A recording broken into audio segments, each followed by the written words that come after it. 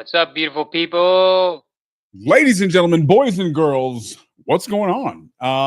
Jonah, how you doing, bro? Fun fact, guys, you guys don't know this. Jonah has been grounded since the last podcast. I don't know how many of you guys saw this, but he got in trouble. This man didn't do the dishes in his mother's house and was on a podcast talking with me and Vina for too long. He got grounded. He's been in his room. He has not been able to do as many deals. All the deals he's done, he's had to do from his bedroom. But she did allow you to come out and do another podcast today, right? Yes, that's okay. 100% what happened. Kihano's definitely in tune with what my mom's doing right now. Was there physical violence? I need to know.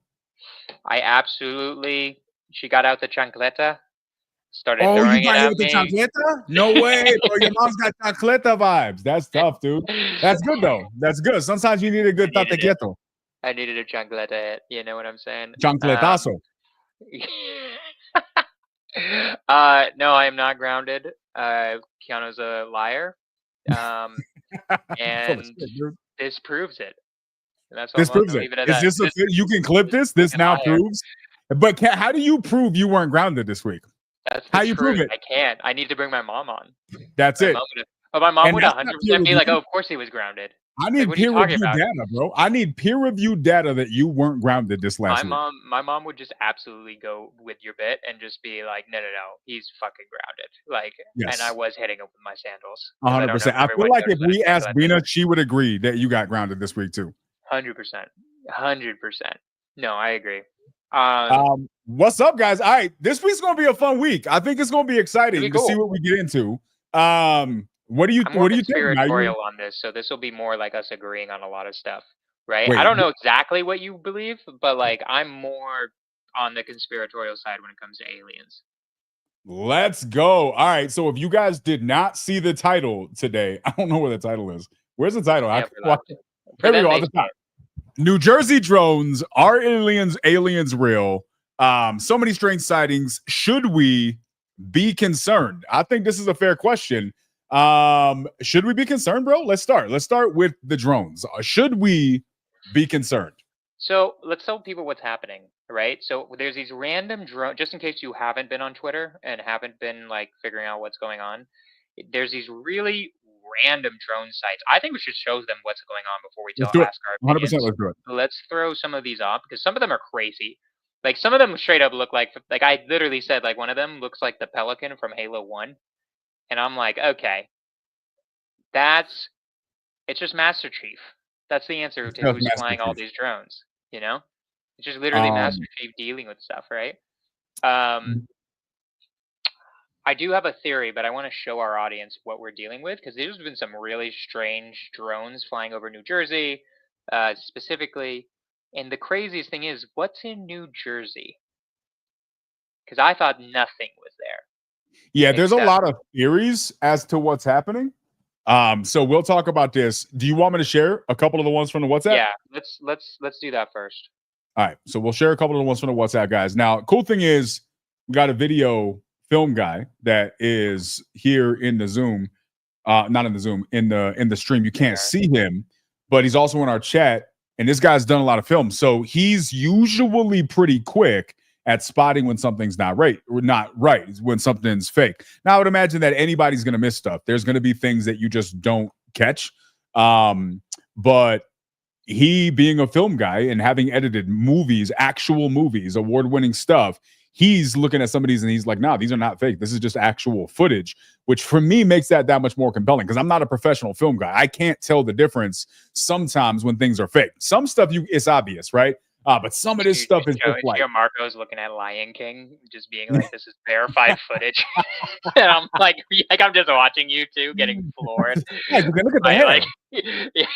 I'm just watching you two, like watching the Lion King, being like, "This is real live footage of the African Sahara right now." 100%. All right, let's take a look at this one, and we'll look at a couple of these guys. If you have not seen these. Let us know if you have seen some. Send some of your favorite footage. I don't know if we'll be able to see it in the thing, but let's definitely check this out because some of these are crazy. All right, here's the first one. I've been seeing them at like 4 in the morning. Have you? Like twice. This thing looks like it's from Star Trek, That dude. is the exact sound I heard the other morning.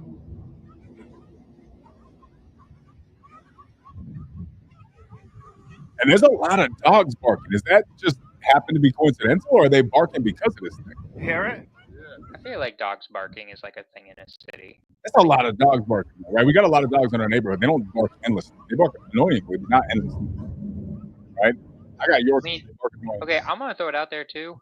You didn't hear the other one. That also looks like a Halo ship. That looks like the Arbiter It ship. also looks a little bit. It's Star Trekky, right? Like I've never been a Star Trek That guy. looks very. Look, that looks like Halo. The other video we're gonna show is straight Pelican vibes. Like, All right. So here's what I'm gonna say right now. This is my opinion. I could be wrong. This is my professional opinion. This guy. How many awards have you won in the films that you've made, Jamarco? In my opinion, if Jamarco says it's real, it's real. I'm content with that answer. You got 18 award-winning films? Jesus, dude.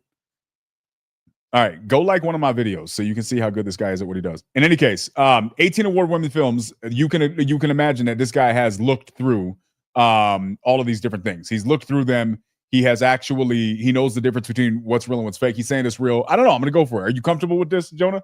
I think it's real. Like, I don't think the drone is fake. Like, let's keep watching different videos because I have a theory. Like, I know some people have been saying it's aliens, right? Okay, this one looks like it could be a little bit more fake. This is the Halo one. I don't know if this Halo one looks wild. It's like this is like too good to be true. Too good to be true. Let's see.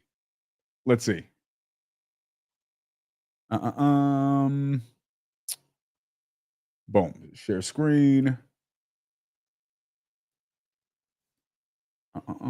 Instagram. Boom. Here we go. Wait, hold on. You can't say it. You haven't seen it yet. This is the one. If you told me one was fake, I would say this one is fake. Just because it looks so like right there in your face. Now, there's zoom issues and focus issues, which for me lends to being real, but that's also, you can do that as an effect, right? So I don't know. This one looks a little bit too, the rest of them are a little bit more real looking. This looks so real that it probably is fake. But I don't know. Maybe it's just a really cool drone. I think it's real. Like, I actually don't think these are fake videos because, Jesus, that's pretty bad filming quality on the iPhone person's part. It's like shaky and shit. Yeah. Right? And there was a flare there from the sun, right? Yeah. Like, yeah, I mean, that looks legit. I just like the drone itself looks so cool. Okay, maybe this is just a cool drone. This is nothing to be seen here. We'll just call this a cool drone. Yeah. I mean, I mean, I think they're all drones. I think there are two likely theories, but let's keep going through the videos. Okay. All right. Let's see. Let's go through the rest of them. We can go to. Let's see. Where do we want to go with these? I got a bunch of them. All right, let's just share some of these. I'm going to share some of these ones before we get. Did you have any that you wanted to share, or is it in this Google Doc? Me? Yeah. The only ones I didn't share any shorts. I shared news articles and Okay, I'm going to share some of these a longer video. Because I was actually sharing a bunch with Yvonne the other day, and it was actually kind of crazy. Because here's the thing, guys, tell me in the chat. We got 63 people here right now. Who's seen this before? Who's seen this? Who has not seen this? Who has absolutely no idea what we're talking about? Let me know. I'm really, really interested to see your guys' thoughts on this, because when I went into my Instagram, I'm not a big aliens guy. I'm not searching aliens. I'm not looking up aliens. This isn't something I spend my time doing. But when I went in, I'm gonna say 80 something percent of my videos in my timeline were alien related. Like every other one was an alien or was a drone or UFOs or a drone. It's been a lot. Is it on yours too? No, not really. I mean, I've kind of purged my social media. The issue with like a lot of our stuff is like you see trends better than me. A lot of my social media is just all business. Like, I think that's almost everything that pops up at this point. Yeah, but I'm not following any of these accounts. That's the thing, right? All right, so here's another one. Anybody tell me what that is? We're in the middle of the ocean. Yeah, that looks crazy. Nothing around. Look. Nothing around. No land, no nothing. That's land. What do you mean? The end of that video was land. Look, Wasn't it? in the sky Crazy? at all. Then all of a Also sudden, at the end of the video. That looked like land to me, but maybe it was a cloud. Anybody tell me what that is? We're in the middle of the ocean. On a ferry. Yeah, if you're on a ferry, Nothing around. I agree with the comment. Nothing around. No land, no nothing. Pause. Is that a cloud or is that land? That looks like land to me. No, that looks like a cloud. Are you talking about right here? That's a cloud. Yeah. Okay, maybe. Yeah, Either way, he's on a ferry. I don't know. Like, what is he doing in the middle of the ocean? Right? That he's on a ferry.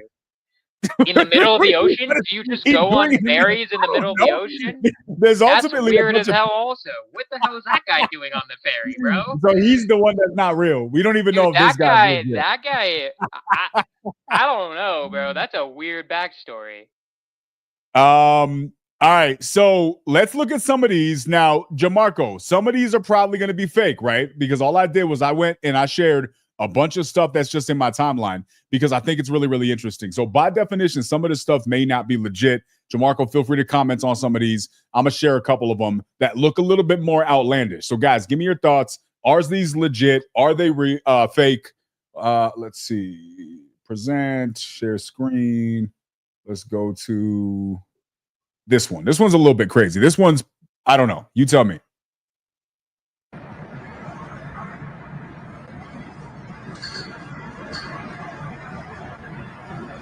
That looks fake as hell. I'm sorry. If that looks fake? That looks fake as hell to me. That looks fake, right? That looks fake. You can see the little thing right here, kind of messing up.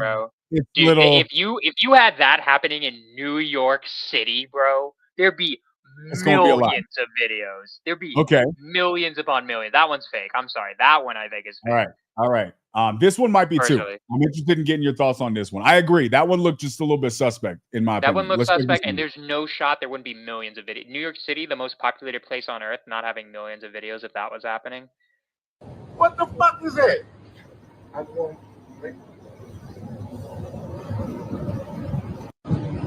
like we're not moving? Where's it at? There you go. Cameraman had one job. All right, so what do we think? What are we thinking about this? Is this just a cool cloud? Is there something here? Is this fake? The shading on this looks slightly different. I've seen weird clouds before. Obviously, that's an insanely weird cloud, but I don't know. I don't know how that one's not as. I don't know. Not as compelling. Yeah, that's what I'm saying. This one is a little bit interesting. All right. Look at not the same. Wait, look at the comments too. That is a lenticular cloud. Do we want to look up what that is? Maybe that's like just a type of cloud that happens. All right, lenticular. That might just be like a science thing. Okay. Well, here's what I noticed. Like the coloring on this one looks a little bit like the shading. This is brighter than the rest of it. So I don't know if that's a factor too. Okay, cool. So we can write these two off. Let's go to another one.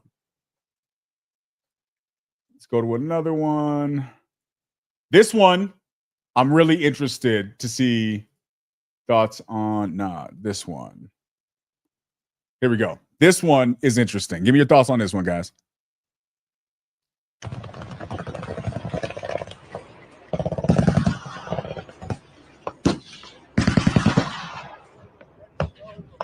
What is happening? Here. They're shooting at a drone or a UFO. But like, why isn't this guy explaining who these people are shooting at them?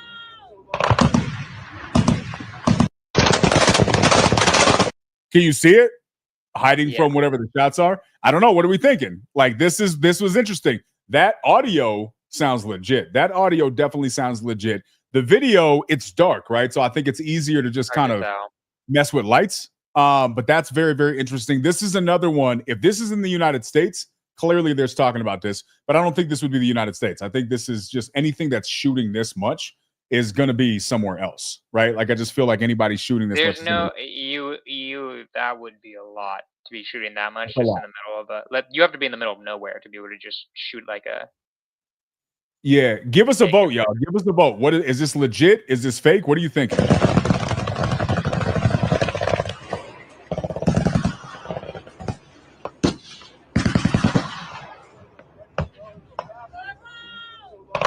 Crazy, right? Yeah. I don't know. Very, very interesting. Probably drone footage, maybe. But what was avoiding the fire, Malcolm? That's the issue, because you had a lot of fire going at that light thing. Drones aren't going to be able to evade fire like that. I mean, just you have to be really, really advanced in your movement to be able to avoid that. So I don't This know. guy obviously never played enough video games. I could have fucking finessed that. Bro, I've never. I could have finessed that with an Xbox 360 controller. I would have been dodging and moving, bro. Like, you know how it is. Bro, let a me see. Minigun on the back of the drone. Do a little bit I of need to reverse see shooting you. action. I need clips, bro. Ain't nobody. You need to You see me in Star Wars in the new Star Wars space fighter games, dude. You know Nah, bro. Oh, no. Nobody believes it. Nobody believes it. All right, look at this one. Here's one that looks a little bit more realistic. Let's see how real it is. Let's go. Let's see. I'm gonna send you. I want to send you footage of me finessing people in Star Wars. Please let me see it, bro. Because nobody believes you, bro. You got. It's gonna be me in a little drain, and then I'm like shooting in the back, finessing bullets and shit. Yeah, nobody believes that, bro. I need to see it. Like, all right. Because I thought maybe it's a car party, right? There's a bunch of like those weird looking Tesla vehicles over there, and I thought maybe it's like a car club. They're just all meeting up, and it's a Thursday night. I just want to show you, but there's.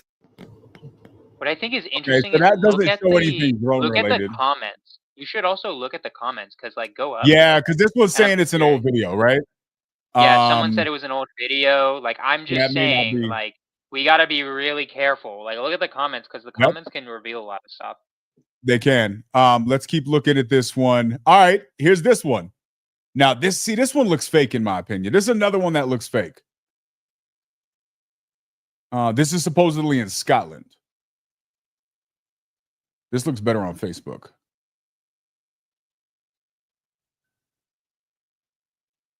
Now, this one looks a little bit too fake to.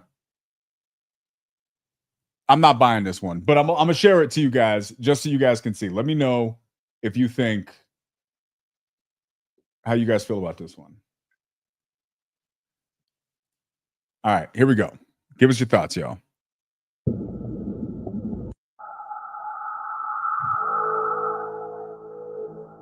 Yeah, that's what the fuck.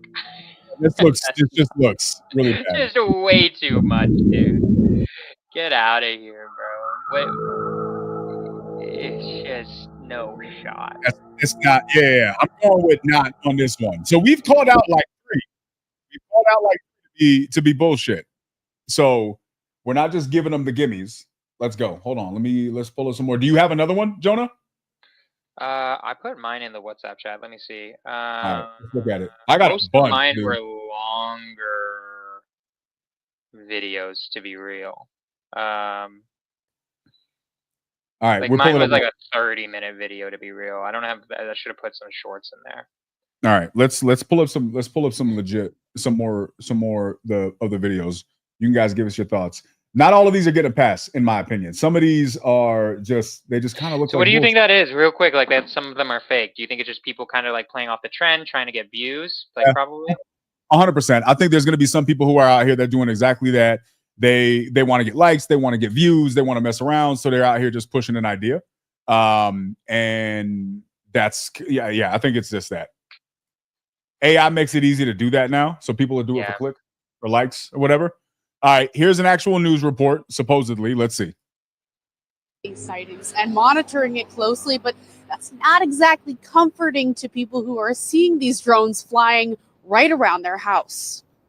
This is so hard to see, but it's flashing and it's stagnant. From the Cape, those are all drones, to the Granite State. Is this a spacecraft? Dozens of people across Massachusetts and New Hampshire are catching unconfirmed sightings on camera, similar to the drones that have been seen flying around New Jersey in recent weeks. I mean, they were huge. Lindsay Muto says a dozen drones were hovering around her home in Harwich, so she called the police. It's very concerning and unnerving and unsettling. The Harwich chief sent out a release to let people know police are aware. He says an off-duty officer saw 2 similar drones near the station that same night. We don't know what these are. We don't know if they're associated. They're just similar to the reports from other parts of the country. Meanwhile, more than 150 miles away, a family in Barrington, New Hampshire saw a similar sight. These 8-foot-long drones hovering around 200 feet above ground. We never thought we would see it on our backyard. The roar was a different roar. I'm retired military, so it was something that I haven't heard. Now, both Massachusetts and New Hampshire State Police are aware of these reports of drone sightings. The FAA is keeping a close eye on it as well. FBI Boston declined to comment. Governor Maura Healey says she is aware of these sightings and monitoring it closely, but that's not exactly comforting to people who are seeing these drones flying right around their house. We restarted. Yeah, so okay, we got that one. Obviously, this looks like more of a news story, so we're getting more to the news stuff. I've heard some really interesting things. We'll touch on it here in a second, but you actually sent some news articles talking about what's going on with the drones. What is it that you saw? Because I think you sent one. So I mean, it's basically like it's not much different than what you saw in this video. Like we can bring up the news articles. They're basic. What the news is saying is like it is weird how many drones there are. We don't know exactly why there are drones, where they're coming from. Military's not commenting. Nobody's commenting, right? Apparently there's a pending investigation. That's like what I read in the news articles, and we can bring them up, but it's not. They weren't very helpful. We don't know much. Was what they were saying. But like these drone sightings aren't not real. Like they're actually. Have you seen Trump's commentary on this? I did. I watched Trump's commentary as well. And I agree with him. Like the U.S. military would know if this was like strange. If it was like people in like a basement, they know exactly where it's coming from. Yeah. Pretty quickly, right? So. We can show his comments on it too. Like if you go to the PBD that's in the WhatsApp chat, if you go to that episode, we can kind of skip to just Trump's comments. You're muted. Oh, I'm sorry. Where is it? Do you want to share it? If you said it's in the chat? Yeah. I mean, I can share my screen if you want. Yeah, let's do it. Let's check it out. I'm just worried about my your feed pics getting out there? My internet. And me like lagging out all of a sudden. Jonah's feed pics. He wants to keep those private. Yeah, you got to pay for those. What do you think would get more views, your feed pics or the drone pics? Definitely the drone pics. You think? I don't know, man. I've heard you got nice feet. I don't know. Thanks, maybe it's man. not true. I It's not true. That. You know, you always support me. And all my What kind of a friend am I if I don't support your only feet career? Hold on a sec.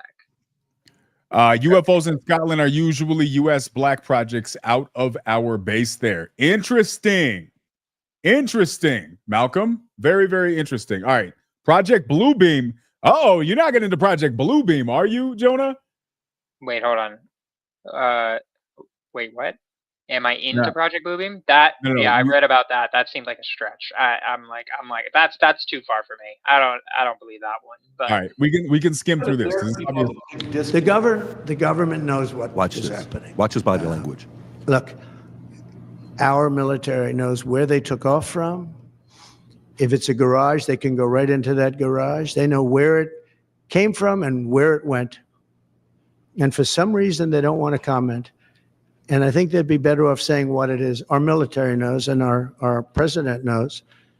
And for some reason, they want to keep people in suspense. I can't imagine it's the enemy, because if it was the enemy, they'd blast it out. Even if they were late, they'd blast it. Something strange is going on. For some reason, they don't want to tell the people. And they should, because the people are really, I mean, they happen to be over Bedminster. Want to know the truth. They're very close to Bedminster. I think maybe I won't spend the weekend in Bedminster. He's talking to somebody. I've decided to cancel my trip. He's talking to somebody. Intelligence briefing on Is the that drones? Howard Lutnick? I don't want to comment on that. You can pause it right there. Okay, so that's what I saw. I don't know. Yeah, now let's hear what PBD says for a second. I want to hear his opinion on it. Mannerisms. You know what vibe it gives me? Here's a vibe it gives me.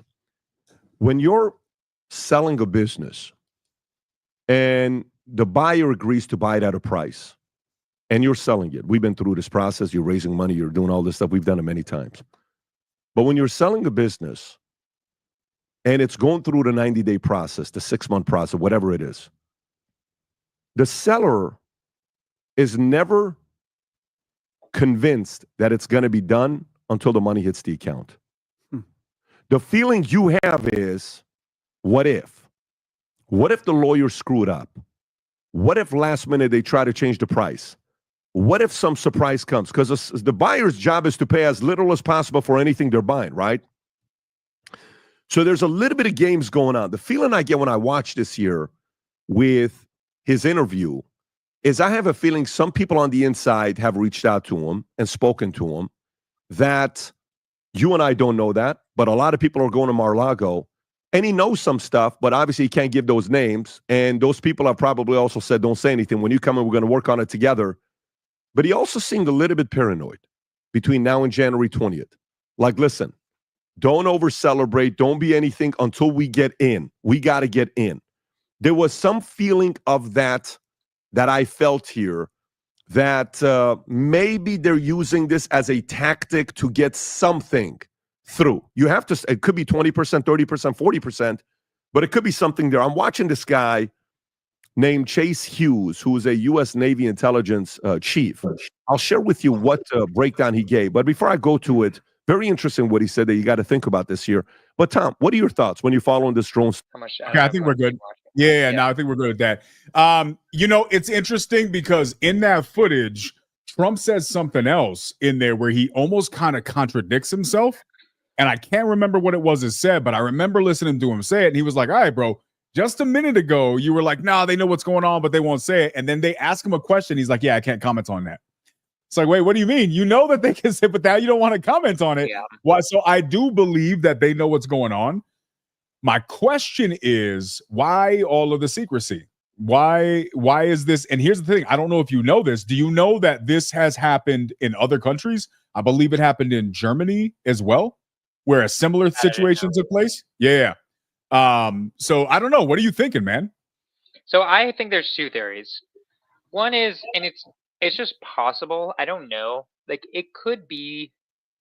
I mean, these are in such disparate places that I doubt it's someone screwing with us, right? Okay. These are all in, because there was one in like Vegas, right? Yeah. Unless some of these aren't true. But like, if it was all in one place, I would just assume, I would still think it's like somebody with like drones screwing around, right? Okay. Just some guy. But like, what my gut feeling is one of two things. One is it still could be that. I'm not sure. It's a little weird. I feel like we would know about it. It wouldn't be like that big of a secret. Or two, the military is doing things that are like, it's okay. So that's one theory.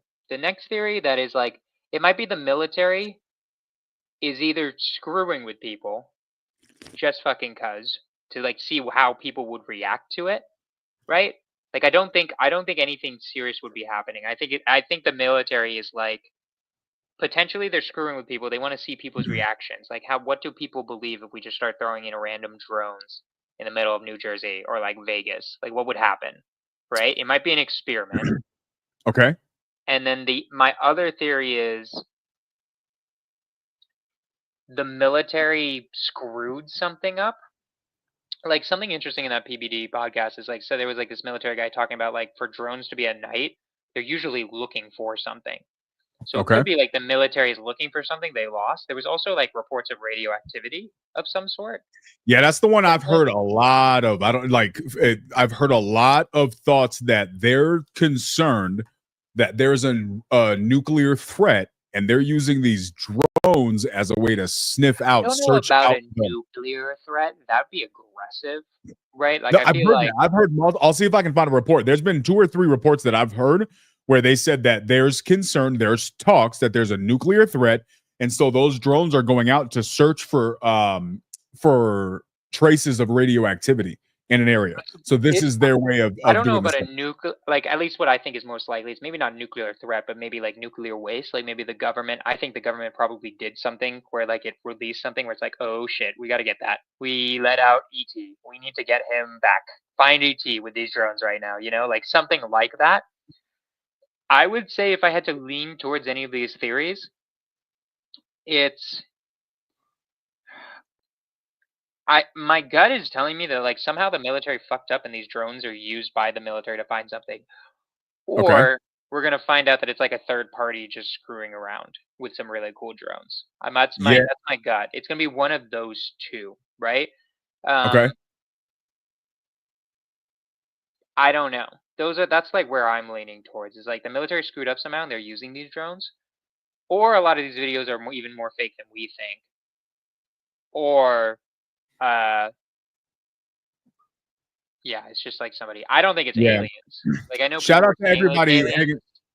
Shout out to everybody watching. We have 114 live viewers right now. Your Twitter's going crazy. Yeah, I think a lot of it's from X. Curious if Elon Musk is like trying to promote this right now. He might be. Maybe he knows. You think Elon knows? Elon definitely knows where these drones are coming from. They might be his. Elon, I think, wants this promoted. He might want it promoted. I'm just throwing it out. Shout out to all the X family hanging out. Everybody on all the platforms, YouTube and all the places. Let's look at a couple of these. I'm going to talk about some of the thoughts that I have. What do you think it is? You asked me what I think it is. What do you think it is? I don't know. The honest answer is I don't know, right? Obviously, I don't think these are aliens. Do I think aliens are real? I think that's a conversation we can have and we can talk about here in a second. But I just think that when it comes to aliens, the military would be going crazy and shooting them out of the sky. You know, but do you think here's the idea? The assumption there is that if there are aliens, that the military just found out right now, right? I mean, okay, that would be kind of weird. The military is just letting aliens visit and people take video cameras and stuff. I don't know. I feel like that's kind of stupid. That would be really dumb of the military. It's possible right now. Oh shit! Sorry. Let's watch a couple more of these and we'll talk about that. Okay. This is not drones, people. Focus. Look at this. What the hell is going on here? Wow. Oh, please be picking this up. This is Holy nuts. shit. Look at that. What are you thinking about this, Jonah? Right? I muted it out. Here's the thing, too. It's like a drone doesn't have to have a light on it, right? Like, do you get what I mean? Like, you could have like a drone without any lights on it, which would make much more sense if you were actually trying to keep stuff hidden. Do you think these are drones? What do you think? Okay, what are you seeing in this video right now? You have to tell. You have one guess. What do you think that is? If it's a real video, I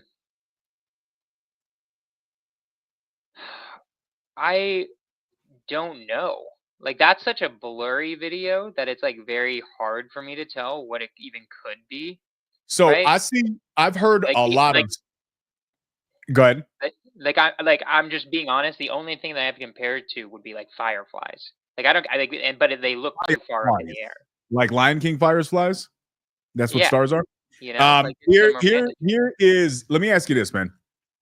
So, have you heard any of the drone versus drone versus orb conversations or footings? No, that I don't know about. So we'll talk about that in a second. We'll table this one, but there's actually a video. I'll see if I can find it in here. I guarantee you it's in one of the clips that I sent over where you can see the drone. Basically, an orb was chasing a drone, hits the drone falls out of the sky. It looked like it was like a mini fight. Jamarco, I don't know if you have that or if you know where that is. Aliens fighting over Earth. Imagine. All right, so let's go. Let's go to the next one. Let's look at this one. These are just interesting ones, right? Now we're getting to the ones we shared. Some of the ones that look like they're obviously pretty fake, but I think there are some that are a little bit more on the potentially real side. Like that one could be fake, also. To be honest, like I like that one we just watched. I don't know. Like that could be a lot of different things. What about this? Blurry.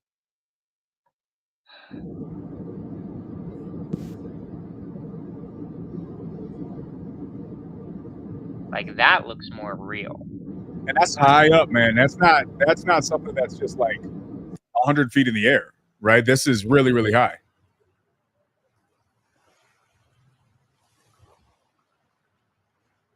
Yeah, I don't know. Right? So, I mean, these are starting. I mean, Those just a could little. be bird. Wait, go back. All right. That could be birds. It's hard to tell. What? Nah, that's not birds, man. Wait, go back. Hold on, I'm going. Am I Hold crazy? on. No, those are not birds. Okay. Hold on. Let's find it.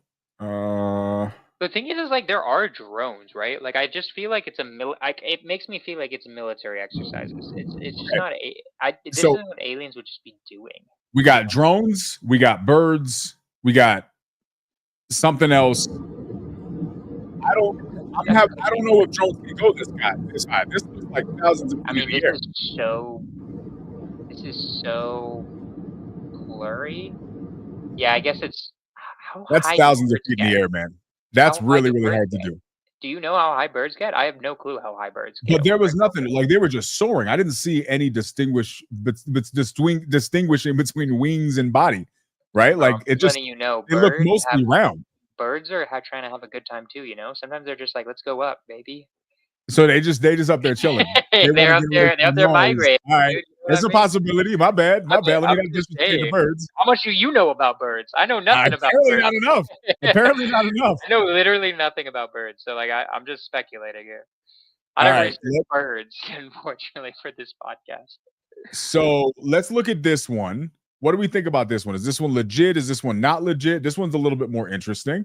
What do you guys think? I think here's the thing, guys, and we can talk about this. This is what I want. We'll look at one or two or more of these, and then we'll talk a little bit about what these could be, what this could mean, because I think that's important. Let's look at this one.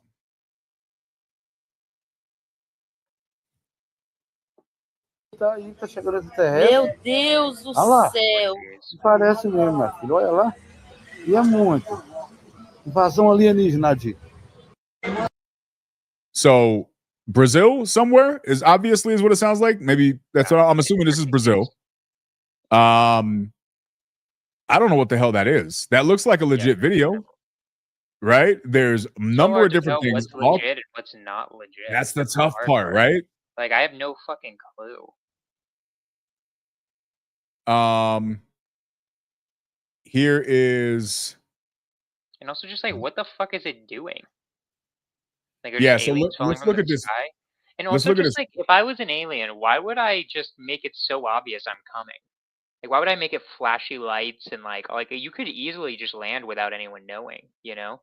Like it's just Okay. weird that everything is lit up, right? All So right, that we let's can talk see it. about that. Let's talk about that because you made a comment It's a little about that earlier. That why would they just come and present themselves? So talk to me a little bit about your opinion on this. Do you think aliens are real, fake, percentage of likelihood? And then my next question is, do you think the government knows if there are actually aliens out there? Okay, so here's my opinion on aliens. I think they're 100% real, but I don't Okay. think they're. But I don't think we have any evidence that they visited Earth yet, right? Interesting. So okay, probabilistically, there are so many planets in the galaxy, not in the galaxy, in the universe. It's actually impossible for there not to be like an Earth-like planet that would house life. It wouldn't make sense. There's Okay. trillions upon trillions upon quadrillions of planets. So just probabilistically, there's going to be a certain point where one of these planets is the exact right distance from the sun, from their sun, to be in that like Goldilocks zone where water is liquid and life can form, right? Where water is liquid and life can form. Is there a place where water is not liquid, like cold places? Right. Is that what you Cold mean? places, it's not. Gotcha.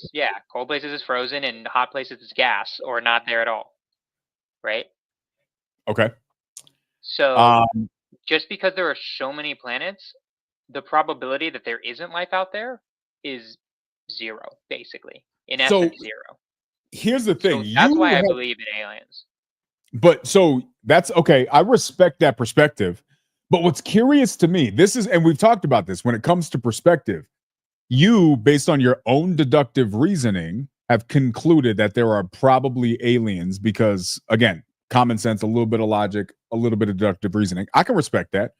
But what's crazy to me is that on the other side of that coin, you're oblivious to the fact that the government has been aware of this for a very, very long time. Like, how have you missed that part? Okay, what I've seen, and I haven't seen all of them, right? Like, I wasn't able to do research into every single alien exposure for this podcast. But the one that I remember the best, which was the weirdest, was Roswell. I think that's like the first one, the oldest one, Yeah. right? Where they were like, it was like confirmed there was like a body found that wasn't human, but it was like Yeah. piloting a ship, right? Fun fact, when I was a kid, I may or may not have been friends with someone whose grandmother worked at that program. What And they probably, I mean, we were children, so I probably wouldn't use that as much of a frame of reference, but that's probably more of a grandma telling their kids something, and then they probably should have told them, and then, yeah, so I don't know how much you can take that. So, I don't. Here's the thing, right? It's one of those things in my head that maybe it's just a reasoning thing. Okay. That I don't believe in it as much. That they've like contacted us and we're in contact with them. It's just kind of like, what is the benefit to the government for hiding that? Like, what would that accomplish? How do they gain anything? Seriously? Like, what would they gain? You really have not looked into this. This is a very interesting conversation. The fact that you're completely unaware of all of this stuff, that's actually really interesting to me. So you, Malcolm says, you're missing the issue with alien life, that intelligent life may not be able to get to us and may not exist at the same time as us. That is a very, very interesting perspective, the time aspect of it. That's another possibility. There's a lot of things like the, I think it's called the Fermi paradox, which is the paradox of why if there are so many quadrillions of planets, why don't we see alien life? And it's this idea of like, okay, there could possibly be a barrier to life eventually. Like there's something that hits where all of the life dies, like nuclear, like something like eventually all species do nuclear war when they figure it out. That's like what we're hoping for, is that the Fermi paradox is behind us and we're one of the rare ones that got through extinction killing event. But it could be ahead of us. It could be like nuclear war. It could be like, sun explosion, or it could be something like a bacterial thing. That's a whole nother conversation we could get into. But how much of that podcast did you watch with Stephen Greer? The one on Impulsive? Yeah. I'm going to be honest. I got through like the first 30 minutes. It was very difficult to watch, was it not? It was. Yeah, those guys made it very tough to listen to. I'm like, bro, shut up and let him talk, dude. Like, yeah, exactly. All right.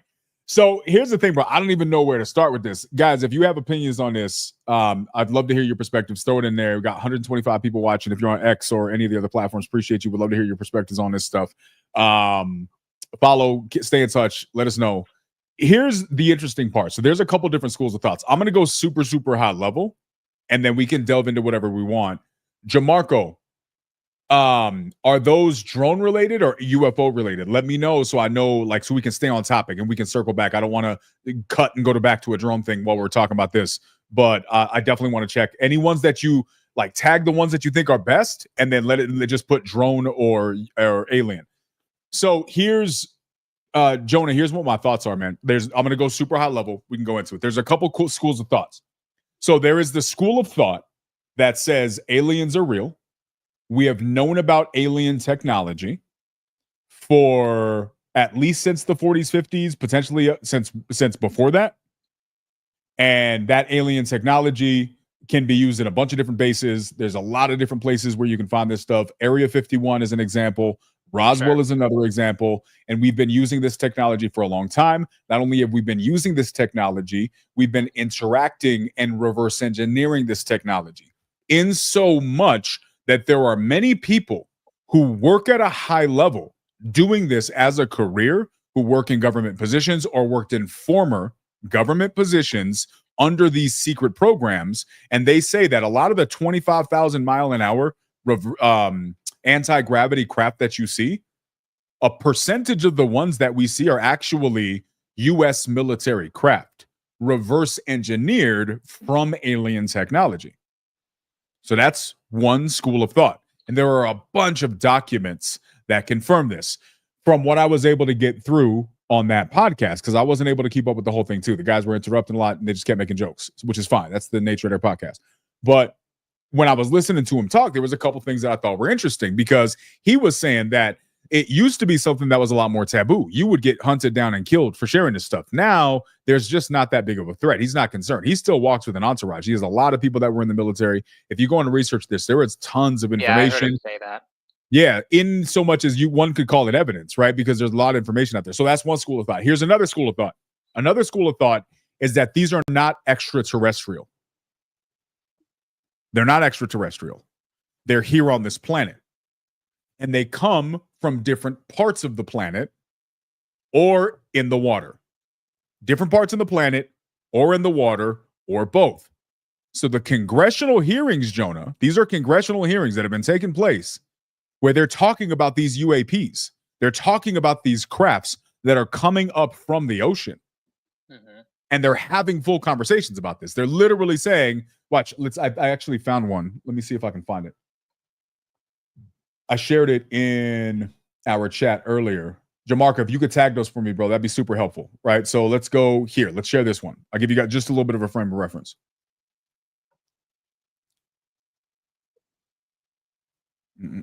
Presents, share screen. Here we go. Name the country and around time frame that the first back engineered UAP program started. Ma'am, unfortunately, I would not be able to have that conversation in public. Can you pause this? And I'll name that. Can you pause this? Pause that. What is UAP? And then Unidentified alien program? No, it's not. It's something else. I forget what it's called. UAP. Let me just look it up. It's not. That's not what it is. I just am curious because I have no idea what that means. Unidentified aerial phenomenon. Okay. Okay, keep going. Sorry. None of you.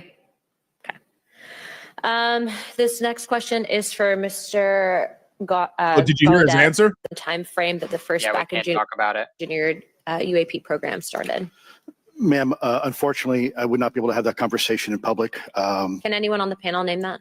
So by definition, that answer tells you a lot of what you need to hear, right? Yeah, it's interesting. I can't. None of you? Okay. This next question is for Mr. Gallaudet. To your knowledge, have any USOs ever outpaced our submarines? Yes, ma'am. At what magnitude? I don't have the exact speed, but again, a witness came to me, a credible former submarine officer who observed it on sonar data, and unidentified submerged objects. So an alien, like a UFO that's in the water. When she says USO, that's what they're meaning. So submarines, radars have caught these things just like they fly around in the sky, underwater in the same capacity. This was in the 80s in the North Atlantic during a storm, and in the 80s, not recently. It outpaced his submarine by orders of magnitude. Are you aware of any hotspots that currently exist off our shores in North America? Not with sufficiently credible data, ma'am. Okay, we've heard reports of there potentially being hotspots, maybe entry and exit points. Have you heard of any of that? I have not, ma'am, but my colleague here, Mr. Elizondo, does discuss some USO activity that he's observed in certain DoD databases. Mr. Elizondo, in regards to these aircraft being piloted by whatever they might be, non-human biologics, would you agree that it's likely that they are being piloted by some mind-body connection? Ma'am, I think it is safe to presume here that they are being intelligently controlled because some cases seem to anticipate our maneuvers, and in other cases they seem to, I came across an email where the word "stalked" was used in a very secure email between Navy officers discussing their ships being pursued by a UAP. In our previous panel, we had Grush, and he had testified to say that some of these were interdimensional beings. Can you speak on that at all? Now, this is the third one that I was going to get to, Jonah. So the second one is that they're here on this planet beyond Antarctica, or they come from the water, which creates a very, very interesting conversation. Third option is interdimensional, which goes into a whole different topic that actually is very, very convincing. I have my opinions on which of the three. It's very. I didn't watch this whole thing. It's very interesting that she brings You're up. for sure interdimensional. 100. I just know you, dude. You're going for the gold. Don't play like you know me, dog. You're all right. Bet how many? What is it? It is for sure interdimensional. What do you mean? What All the right, hell? all right, we'll You see. think We'll this is see. some Let's bullshit put a vote. Put a interplanetary vote. shit. You're going full interdimensional You on bet it. you, 100%. put a vote in the chat. Let's see what people think. 100%. Ma'am, I'm not qualified, certainly as a scientist or otherwise, to speculate points of origin. I looked at everything from a scientific perspective. So if you look at, for example, instantaneous acceleration, which was one of the observables of the program that I see, instantaneous acceleration was observable. So they have clear evidence and documentation of them being able to go from 0 to 25,000 miles an hour instantly.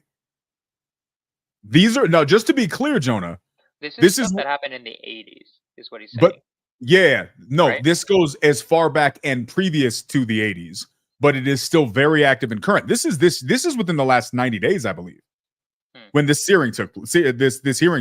So this is what I mean, Jonah. It's really, really funny to me because you just kind of assume, like, why would the government know? And if they would, why wouldn't they tell us? But here you have, at a government hearing, it's on full display that they know for a fact that they've been dealing with this stuff since well before the 80s, at least what was named here, right? So the government knows about this. Everybody knows about this, but you still have lots of people like yourself who just think that the government has no idea and is completely oblivious to it. Unidentified objects doesn't 100% necessarily mean aliens. It just means there's something that they saw, right? I'm just saying, like, I'm being devil's advocate. Could be like a glitch, for instance. A glitch in what? The Matrix? You're talking about, like, it's more of a simulation? Like the glitch in their programming, right? Because the 80s had terrible technology. So, for instance, I don't know if this is pretty unrelated. This is related and unrelated. Have you ever heard about how we almost went to nuclear war, not in the Cuban Missile Crisis, but because of, like, a tech error? Like, literally and this was Soviet technology.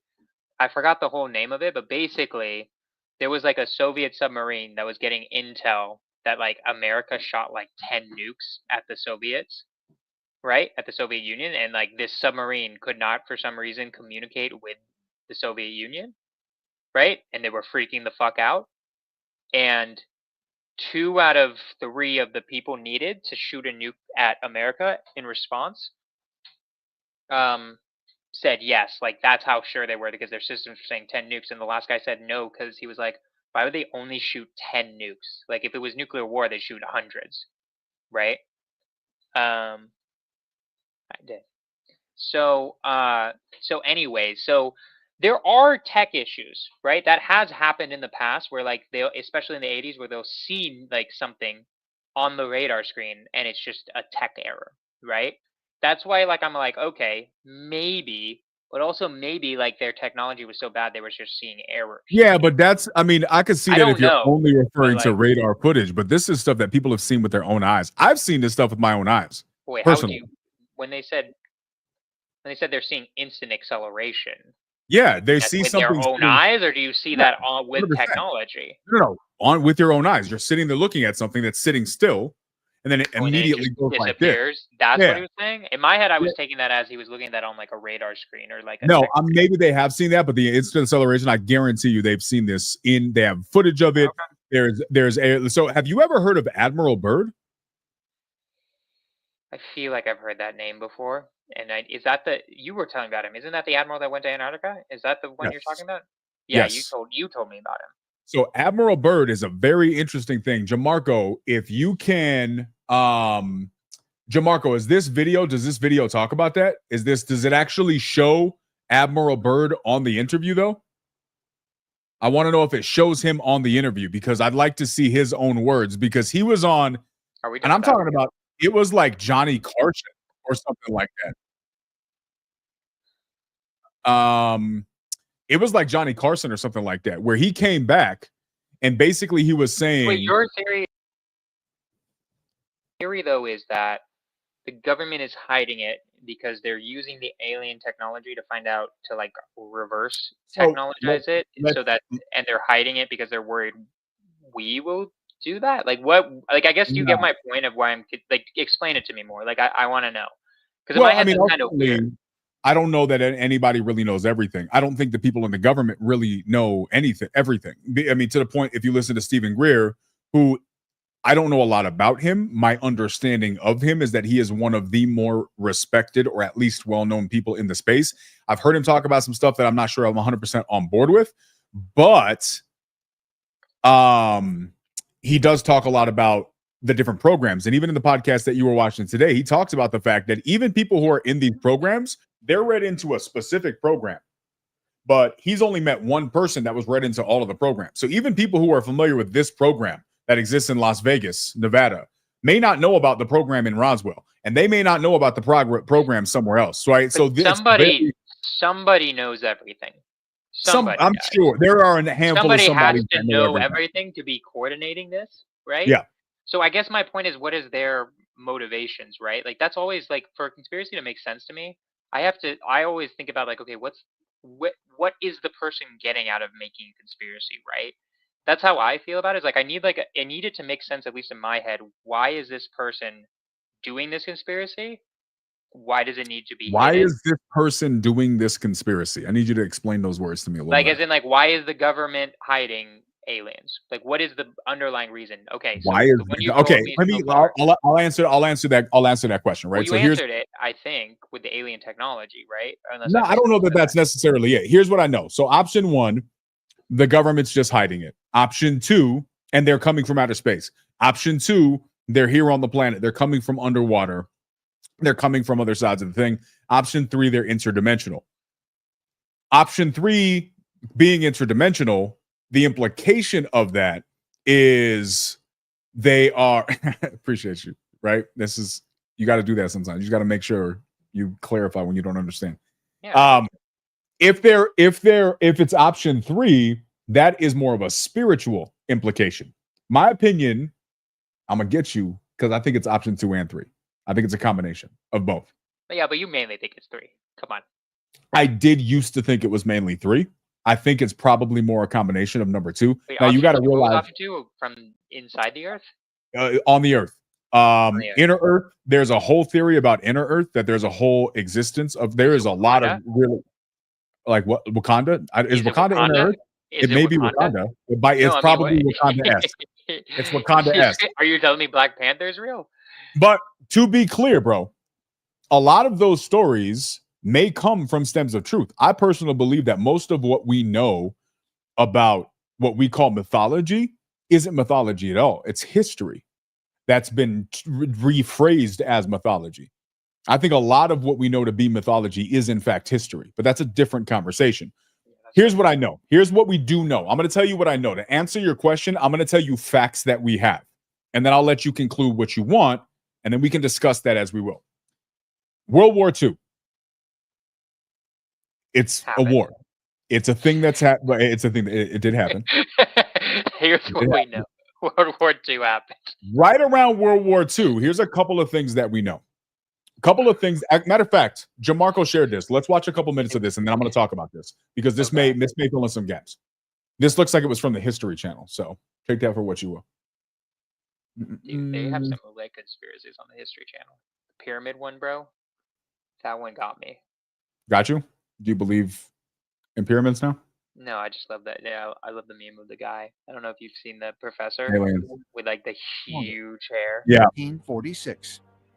Esteemed U.S. naval officer and explorer Admiral Richard Byrd, one of the first pilots to fly over both the North and South Poles, organizes Operation High Jump, the largest expedition ever to travel to Antarctica. With 13 ships, 23 aircraft, and over 4,700 military personnel. this was very important, that after the conclusion of World War II, Admiral Byrd was asked if he would mount a large armada and go for 4 months. It was supposed to be that they would go in December, January, February, and March, and there was a list of military goals that they were to achieve. But by the end of February, something happened. One of the mission's official goals was investigating sites for potential military bases in Antarctica. But during his explorations, Admiral Byrd allegedly came upon something highly unexpected. This story is said to come from his diaries, not his published account of the trip, but something he held back and then later was suppressed by government authorities that found it frightening. In his diary, which was discovered by his son after his death, Admiral Byrd tells an extraordinary story. Admiral Byrd heard there was an entrance to the center of the Earth through the South Pole. And he took planes into the South, under the South Pole. And when he did that, he discovered that as he flew over the pole, suddenly he's looking at things that shouldn't be there. I mean, it was temperate. His squadron flew under the Earth, into the Earth. It turns into this lush and green area, and he can't even believe his eyes. But that's just the beginning of his extraordinary story. He tells how all of a sudden he starts to see a shimmering rainbow city that's made of crystal. His airplane is taken control of when he suddenly sees these flying disc-shaped objects around them that lead him to the ground. Whereupon he's escorted into a cavernous type of an area where he meets a being he refers to as the Master in his diary. The Master tells him that they're highly disappointed in what humans are doing with nuclear weapons, and how they've recently destroyed Hiroshima and Nagasaki, and they really are concerned about what is going on the surface of the planet.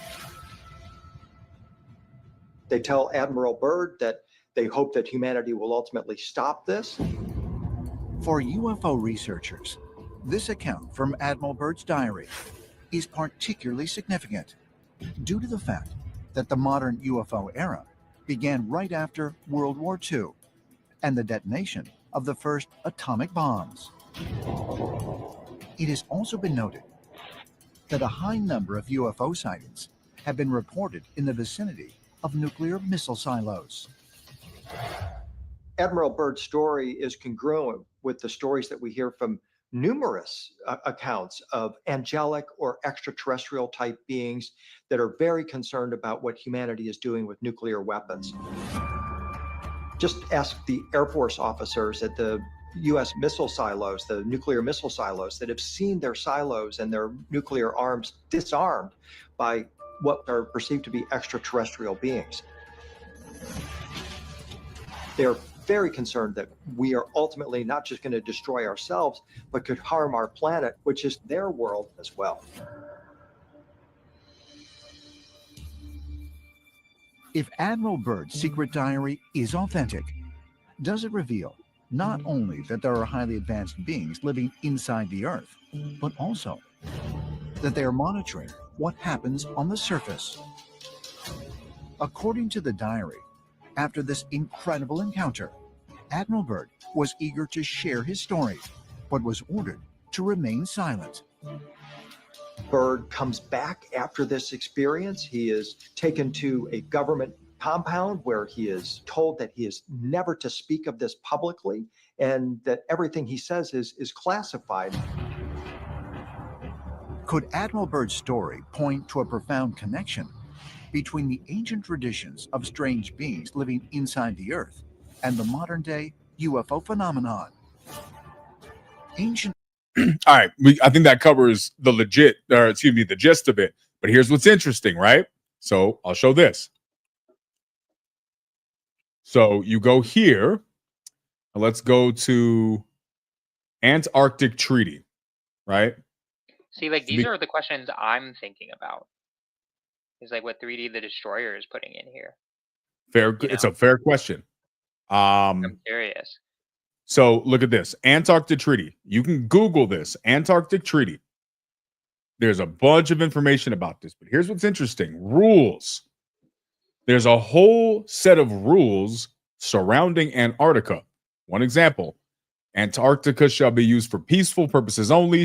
There shall be prohibited inter alia any measures of military nature, right? So basically, you can't use it for military purposes. Sure. Really, really interesting. So stop screen. I'm gonna go to the Wikipedia. Antarctic Treaty. Here we go. So this is what's really interesting. So while World War II was happening, multiple nations at war, so many different things are going on. And then you have this random introduction of freaking Antarctica into the conversation. While World War II is happening? Yes. Look. 1947 is past. That's after World War II, bro. World War II ended in 1945. Just throwing it out there. In the 40s. This is like earlier. Yeah. There was things that were happening earlier. So there are many who believe that Germany was going here first. There are a lot of people who believe that Germany was going here first. Part of the reason, now this is getting more into the rumor side. So I'm not going to cite this as fact. I'm just going to tell you what some of the rumors are. That Germany was going here first because Hitler was obsessed with a couple of different things. One of them being ancient history, ancient bloodlines, all of the different things. Goes pretty heavily into the text, biblical text, religious text. Hitler's obsessed with all this stuff. His journeys take him to Antarctica. Something about Antarctica was intriguing to him. And something about Antarctica gave him advanced technology because there are many reports by many military people in World War II who said that Antarctica, that Germany had planes that were going twice the speed of the planes of any other country.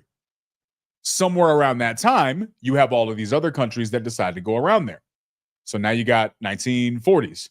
After World War II, U.S. considered establishing a claim in Antarctica from 26th August 1946. So this is right after World War II for us to go into this, right? So we just had a world war, and then magically, all of a sudden, all of the nations of the world are fighting over Antarctica. Did that just start suddenly? Or what was happening that prompted that? I don't know about that. This one, look, I'm going to go more into my government's just real hat on this one. Okay. The UN was just founded. Like, there were a lot of treaties, just general, here's how we should do it. Like, the Geneva Conventions were just being founded. Like, there were a lot of war treaties that were being created. This sounds like it was just one of those other ones where it's like, okay, we got to create like a order to the world that is where Nazis can't take over everything, right? So this is your logic. Your logic is the world's biggest war of our time. Well, there were a lot of treaties happening. You know that, and right? So the first thing that we do as a way to protect the world is we go and make a legal claim on Antarctica, make all of the major nations agree that no one's allowed to go there, no one's allowed to build military bases there, nothing is allowed to happen. But there are documented cases, like in the video that we just saw, of multiple people. Buzz Aldrin is one of the people. So is Admiral Byrd. Let's just use those two people because those are names that are well known and largely respected. Can we agree that Buzz Aldrin is a pretty respected name? Yeah, ish. Okay, ish. So Buzz Aldrin, Admiral Byrd. Let's just stop with those two things. So we just had one of the world's biggest wars in world history. Immediately after that war, it is in the planet's best interest for all of the major large countries on the planet to rush to Antarctica and put some sort of weird treaty on there. Okay, cool. Treaty, hold on. In the process of us doing that treaty, one of the people says that, oh, by the way, one of the first encounters of flying saucers and aliens that we've ever heard, I encountered while we were in Antarctica. So one of the first things I found in all of the ice was actually a tropical paradise. And I was being guided by advanced technology. Admiral Byrd is on record saying this. It's not only in his diaries, he did television interviews where you can find the videos of him saying he was taken to a tropical paradise and he was guided by what we would call today UFOs. He didn't call them that at the day because they didn't have a name for it at the time. Right now, we would call them UFOs. So here's what we know. In the span of a 5 to 10 year period, we go from World War II, everybody fighting over Antarctica, in so much that they decided to do a treaty so that no one can fight over Antarctica. Oh, by the way, there's a tropical paradise and advanced technology and what we would call today UFOs over there. Oh, by the way, next thing you know, we're doing the next big thing we're doing is racing to space. And you think that this is just a logical sequence of events for us to have Well, I mean, course of 10 years after here's what I think probably happened. Do you want to know what I think probably happened? Because Not really. I'm gonna. Okay, well then. Yeah, I do. Well then, fuck you, Quijano. That's all I gotta say to that. Well, here's the thing, right? Like, if you don't want to hear what I have to say about it yet, I can ask you some questions. Like, the Soviets, right? They hate America. Like, do you believe there was this rivalry, the Cold War? Like, you don't not believe this is real, Yeah, right? That of course. these people hate Yeah. each other, right? So why would they work together with aliens? Like, wouldn't one want to show up the other and be like, no, these guys are lying to you. There's aliens here. That's why we're doing this treaty. Like, these people are fucking lying to you. They're the enemy. They're liars. Or like there would be reasons where I find it interesting that all the world governments were willing to work together on this. That doesn't make much sense to me. Like, what would I guess I don't know what the governments would gain. I understand what one government would gain. If there was a single world government, and you probably believe there's a single world government, but let's just say there's a single world government, that makes sense. Because if there's a single world government, then it's like, okay, we want a power that other people don't know about, maybe, right? Like, and then we're hiding because of that. But if there Yeah. actually are different governments with competing interests, it makes sense to me where they're like, okay, the issue is if you start building military bases in Antarctica, like, A, I don't know what you're doing down there, and B, if you have a bunch of fucking nukes over there and you just shoot that at America or whatever, that's a high security risk, right? For our country, for you to put nukes right next to us. It's like it was the whole thing with the Cuban Missile Crisis. I don't think your premise is right though, because you're using your basic, the world that I live in is telling me the truth and the government never lies to me paradigm to make decisions. No, I'm not. I'm just saying it's a possibility. It's just as equally possible as. No, hear my point. Hear my point though. What I'm saying is that you're using a very, very limited paradigm as a frame of reference for your decision-making skills on an extremely mind-blowing situation. In order to accurately predict what rulers of nations would do in a situation like that, you have to put yourself into the mindset of actually being in that situation. So it's the 1950s. We don't have the advanced technology that we have today, right? Oh, by the way that the technology's advanced in the last 50 to 100 years is also pretty indicative of certain of these things, which we can go into a different conversation. Maybe it's a whole different podcast. But if you're in that situation, let's just use your narrative. All of these other countries have their own agendas. Let's use that point. Let's pretend there is no attempt for a global government. Let's go by all those rules. If you sit there one day and realize you're the president, pick a country. What country do you want to rule over, Jonah? USA, baby. What the fuck? Okay, I'm being the president of the USA. You now run shit. You're Captain USA, right? Hell You're yeah. USA daddy. That's who you are right now. First All Jewish right? president. The first Jewish president. So you think. Okay, keep going. So Operation Paperclip is not a fiction at all. Okay, so different topic, different time. Yeah, different. Yeah, I forgot to. I 100% believe in Operation Paperclip. I think that's a real thing. But here's the thing, Jonah. So let's assume that you're USA daddy, right? You run in the US, and you just found out that everything you know about our planet and our existence is a complete lie. And let's say hypothetically, you go over there, right? You ever been in a situation? You know, I mean, maybe you got hands.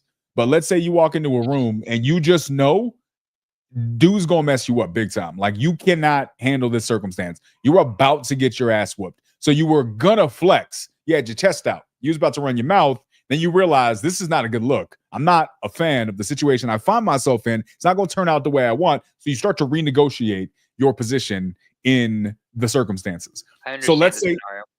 okay, so same thing. Let's say you realize, holy shit, not only are these things night and day beyond anything we could have imagined, they could eviscerate us and they wouldn't even have to think twice. So my options are fight them and then just lose and everybody dies, or maybe I just play by their rules. Now, that's a very hypothetical scenario. I'm not saying that this is what happened. Is the idea But that let's the say that aliens want to happens. stay hidden? Is that Well, like kind here's of the idea? thing. World War freaking II just happened, Jonah, and all these damn leaders of all of the major countries decide they want to go over to Antarctica for a meeting? That's a big ass. I know we just blew y'all shit up. Can you meet me at Antarctica, by the way? It's cold. Bring a jacket. Like, Did how they does that specifically wait conversation on? Did I miss that? Did they specifically meet in Antarctica, or was the treaty about Antarctica? read about the Antarctic Treaty, bro, so you can get a Okay. better understanding for it. It's a long thing to read, but at the end of the day, right after World War II, all of these nations meet to decide we are not going to do any, like, Antarctica's, this place is special. We don't mess with Antarctica. So one theory could be they all showed up, or they were all having conversations with the beings that were found that were driving those ships. Because one thing you haven't addressed No, is the it's fact saying it that, was signed in Washington. That's here's what my it says point. on this website. I'm just I saying. I don't know where the paper I was. just want. They didn't go to Antarctica to sign the treaty. It's about Let's Antarctica, but they didn't go. okay. Here's the point, bro. To Yeah. go under the for this hypothetical situation. Okay. Could you see how if you found out that there was an advanced being and those advanced beings who could have destroyed the planet said, "We're going to leave you alone. Do your thing. You're not alone on this planet. We're here too. We're going to be over here with this. You're going to do what we say. If you do what we say, here's what you get. You get advanced technology. We will leave y'all the hell alone. But in exchange for leaving you alone, we're going to want some things in return. We're going to want some positions of power. We're going to be able to want some access to X. And they start negotiating back and forth. Do what we say, everything's fine. Don't do what we say, we're going to blow your shit up. That at least makes sense to me. That at least has a logical, like a logical. It has logic to it, right? Not that we want to hide the aliens, that the aliens want to stay hidden for whatever reason, right? That actually makes more sense in my mind. Do I think it's likely? Probably not. But maybe okay, but then it's just you and me disagreeing, right? Like I can't say 100% yes or no. It just seems far fetched. But you're writing stuff off that's not like, here to be clear, I don't know the answer, but here's the thing, bro. You're writing off information that doesn't serve you. Answer me why a renowned admiral who was on record and not refuted said that for the first time in our known history, he was guided through a tropical paradise in Antarctica by what we now know to be UFOs. You keep breezing past that point. How do you solve for that if your narrative is not true? Or if your narrative's true? I mean, like, I personally think it could, like, there are hallucinations when you're in like sub freezing temperatures. That's possible. I don't know what happened to him is the issue, right? Okay. Like if you found in my diary that I saw aliens at one point, like I'm just saying, like, shit was crazy in the 40s. Maybe he brought some acid with him. I don't know, dude. Like like I just don't know what this man did at all. This guy could just be making shit up in his diary. Maybe it was like his fan fiction and they thought it was his diary. Maybe he was planning on writing like a lore. Like literally it could be so many different things. I have no fucking clue why this Bro, guy you're wrote this down. impossible. You're I'm just absolutely saying, impossible. what if the diary isn't a diary? It's his version of Lord of the Rings. And it's supposed to be read as a novel. I just don't know, right? Like that's why like I'm just like I mean maybe it's just the word of some dude though who he went to Antarctica. I don't know how real this diary is. I've never seen this diary, right? It seems like a lot. Like a lot has to play out. It's possible. I'm just saying like this is starting to get a kind of far-fetched for me personally, right? I know you're more prone to believe shit that comes from you're more prone to believe shit like this. I'm less prone to believe it. In my personal opinion, it feels far-fetched. It feels like, okay, maybe, or maybe all the countries don't want to use Antarctica for military purposes because we don't want to be fighting wars in Antarctica and dealing with nukes in Antarctica and dealing with the ramifications of that, because that could have some serious international consequences, right? Okay. All right. We'll It's go like with that. maybe it's just out there, bro.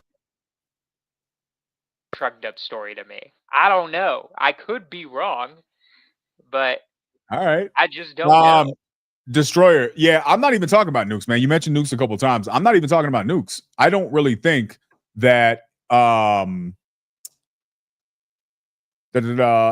Byrd did tell the same story to newspaper reporters as Literally, soon the as he got video we back. watched said that he didn't do that. No, he definitely did. I told you that. He also was on TV. I want to say maybe it was like a Johnny Carson or something like that. But yeah, I'm not talking about nukes. Destroyer. Wait, I know that there's a lot of. That would be cool. I'll see if I can find it. But yeah, I was asking Jamarco if he could find it. But yeah, Destroyer. I know a lot of people talk about nukes. So there's a narrative right now, Jonah, that say that a lot of the alien interaction with humanity is that they're saying we're scared. We share the planet with you. Your nukes are going to destroy everything. So once we started creating nukes, they came and told us how to regulate it. I don't know that I agree with that narrative at all. That's I have the a most complete logical follow through in my head. Like if there were aliens living on the planet, like that would make sense to me. I'd be like, like if I was an alien, I'd be like, yo, what the fuck are you guys doing? Stop! Don't destroy the planet. You know? Yeah, I don't know that I agree with that perspective. I'll see if I can find it. If Jim Marco can find any, just look for something that has to do with that. But let's share a couple more of these things, right? Because at the end of the day, I don't know, right? Who am I to sit here and tell you My this is headphones what's are happening? my headphones are running out of battery, so I'm gonna get new headphones. I'll be right back. All right. Here is another one. This is probably more drone related. Let's play this one. I think this is more drone related. What do you guys think? Ho trovato fece speciale. Questo sai?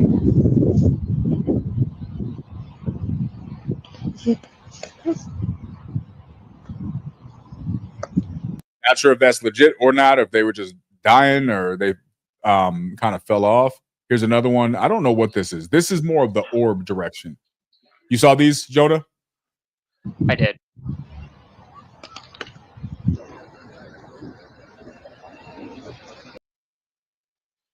Right. Yeah, maybe. It's interesting. Look at this one. This one's interesting. Oh my fucking god, I'm freaking out.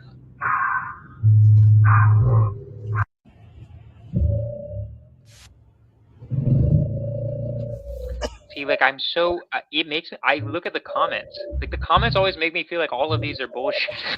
Yeah, I thought about that, but here's the thing: the people are talking at the same time, and they're not playing. Marco, you're in the back. Could you slow? I'm pretty sure you could slow down. You would probably layer two different audio files, but it's two different people who did the exact same thing. I don't know. They were both on the same radio, right? I don't know what that means. But look, let's play it again.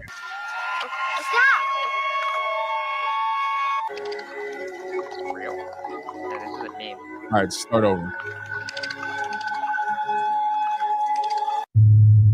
I think that's just so it's 106.7, but it doesn't. I don't know that this is the same radio. So they would have had to do this.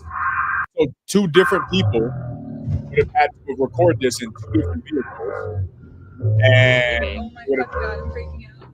Wait, these are what do you mean? These are two different vehicles? How is it two different vehicles? Maybe it is two different vehicles. Maybe it's two different angles.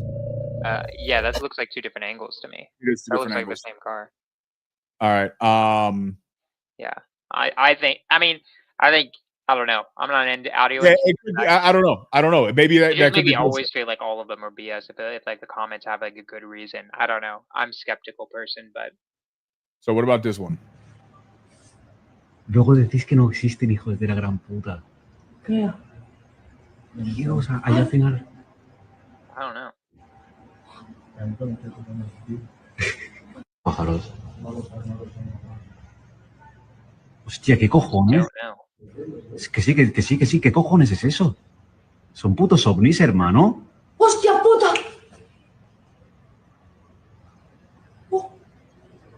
Okay.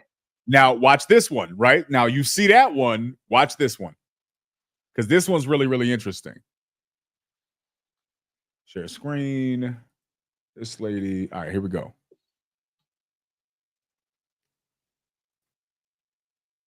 One of those orbs just shot down a drone. I'm about to show you footage from Phoenix. Something else is going on, guys. Why is this happening at 2 o'clock in the morning?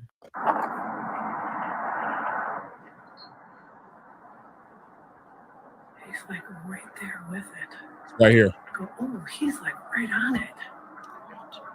Oh, that whatever it was just shut down the drone. If that was a drone.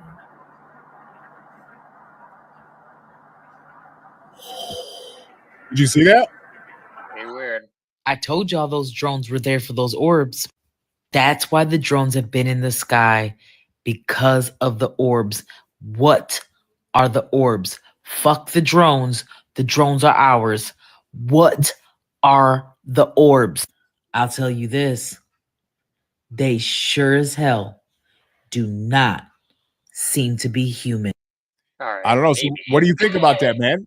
Yeah, I don't know. I But just what do don't you know what's real or not real. That's the hard part, right? Like that's what throws me. Like if that's real, I have no fucking clue. Why are these orbs lit up? Like why wouldn't you like if you were trying to do something secret, you wouldn't put lights all over your shit. The reason why planes have lights on them is so that they don't like other planes don't hit them and like or not that other planes don't hit them, but like air traffic controllers can direct them and shit like that.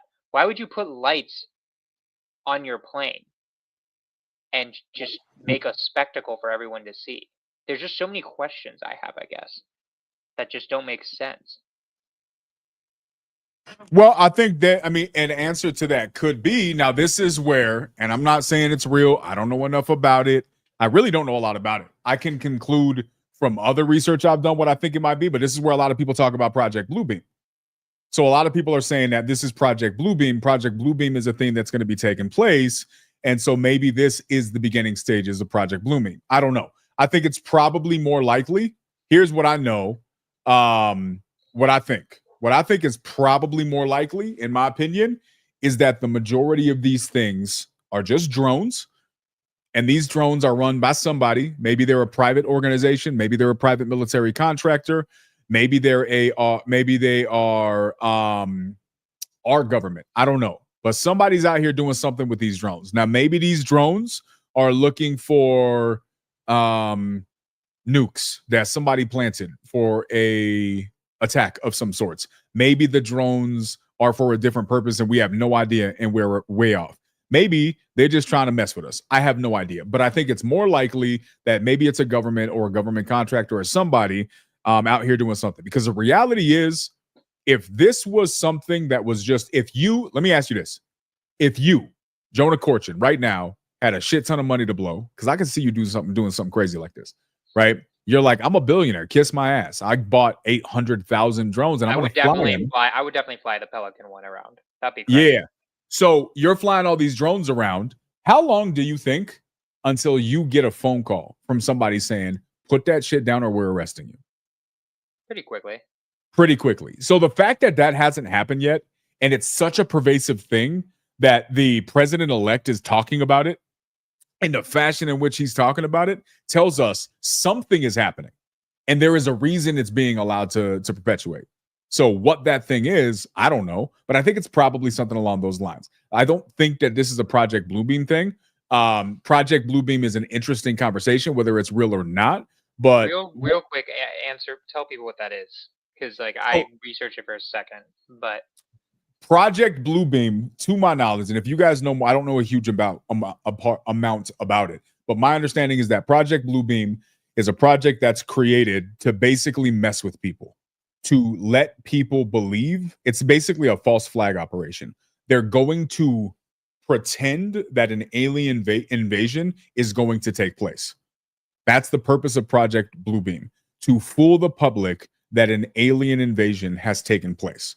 That's essentially my understanding of what Project Bluebeam There was a different is. project. Maybe it wasn't Project Bluebeam. And I only read it on one website.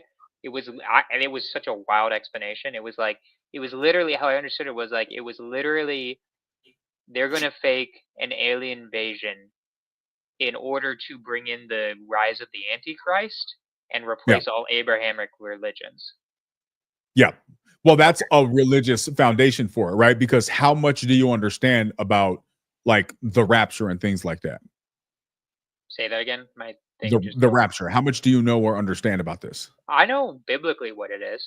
I know what Okay. it is in the Bible, how the Bible describes it. So, okay, what's your understanding of it? Okay, I read Revelations, but it was a really weird book, like generally. So it was like kind of hard to follow what the fuck was going on. How I understand it is Jesus comes back, like the Antichrist comes and starts ruling the world, and then Jesus comes back, and then they have like a war, basically, according to like the Yeah. Revelations, right? Like So- that's more or less what happens. That's and a then Jesus summary. wins. So there is, yeah, that's a summary, but there's something that is disagreed upon, even in the church, about something called the rapture. The word rapture is not in the Bible, any version of the Bible, which is one group of people's biggest complaint against it. But essentially, there is this theory, this idea of a catching away. There's a bunch of different words in Greek that are used to describe this, but essentially, what happens is there are versions that say that before that battle that you're talking about, Jesus is going to come back for his church and take the church out. Why? Because during that 7-year apocalyptic period, it's going to get really, really bad. And during that really, really bad period, God's people aren't going to be here, right? That's what some people say. Now, there's 3 versions of this. One, some people don't believe that there's a rapture at all. Some people say that there's a pre-trib rapture, so pre-tribulation. Before the 7-year tribulation takes place, that's explained in the book of Revelation, the church, the believers, the church are taken away. And that starts, and all that. correct. The other version is it happens halfway through the 7-year tribulation. So the Christians are there for the first 3.5 years. They're gone in the middle. They're not here for the second 3.5 years because the tribulation is 7 years long. First 3.5 years is peace like we've never known. Second 3.5 years is misery like we've never known. So there is a school of thought that believe it's right in the middle, then they're out. Then there's some people that say it's a post-tribulation. So the tribulation happens, church gets caught up, and then comes back down with Jesus. Logically, that one makes the least sense. I believe in the study that I've done, there's more doctrinal support for a pre-tribulation rapture, but that's a completely different conversation. Because let's assume, for the sake of argument, that it's true. For the sake of argument, let's assume that we believe a pre-tribulation rapture. Okay, the Bible is full of a bunch of prophecy. There is huge statistically high numbers in the amount of prophecies that have been proven true.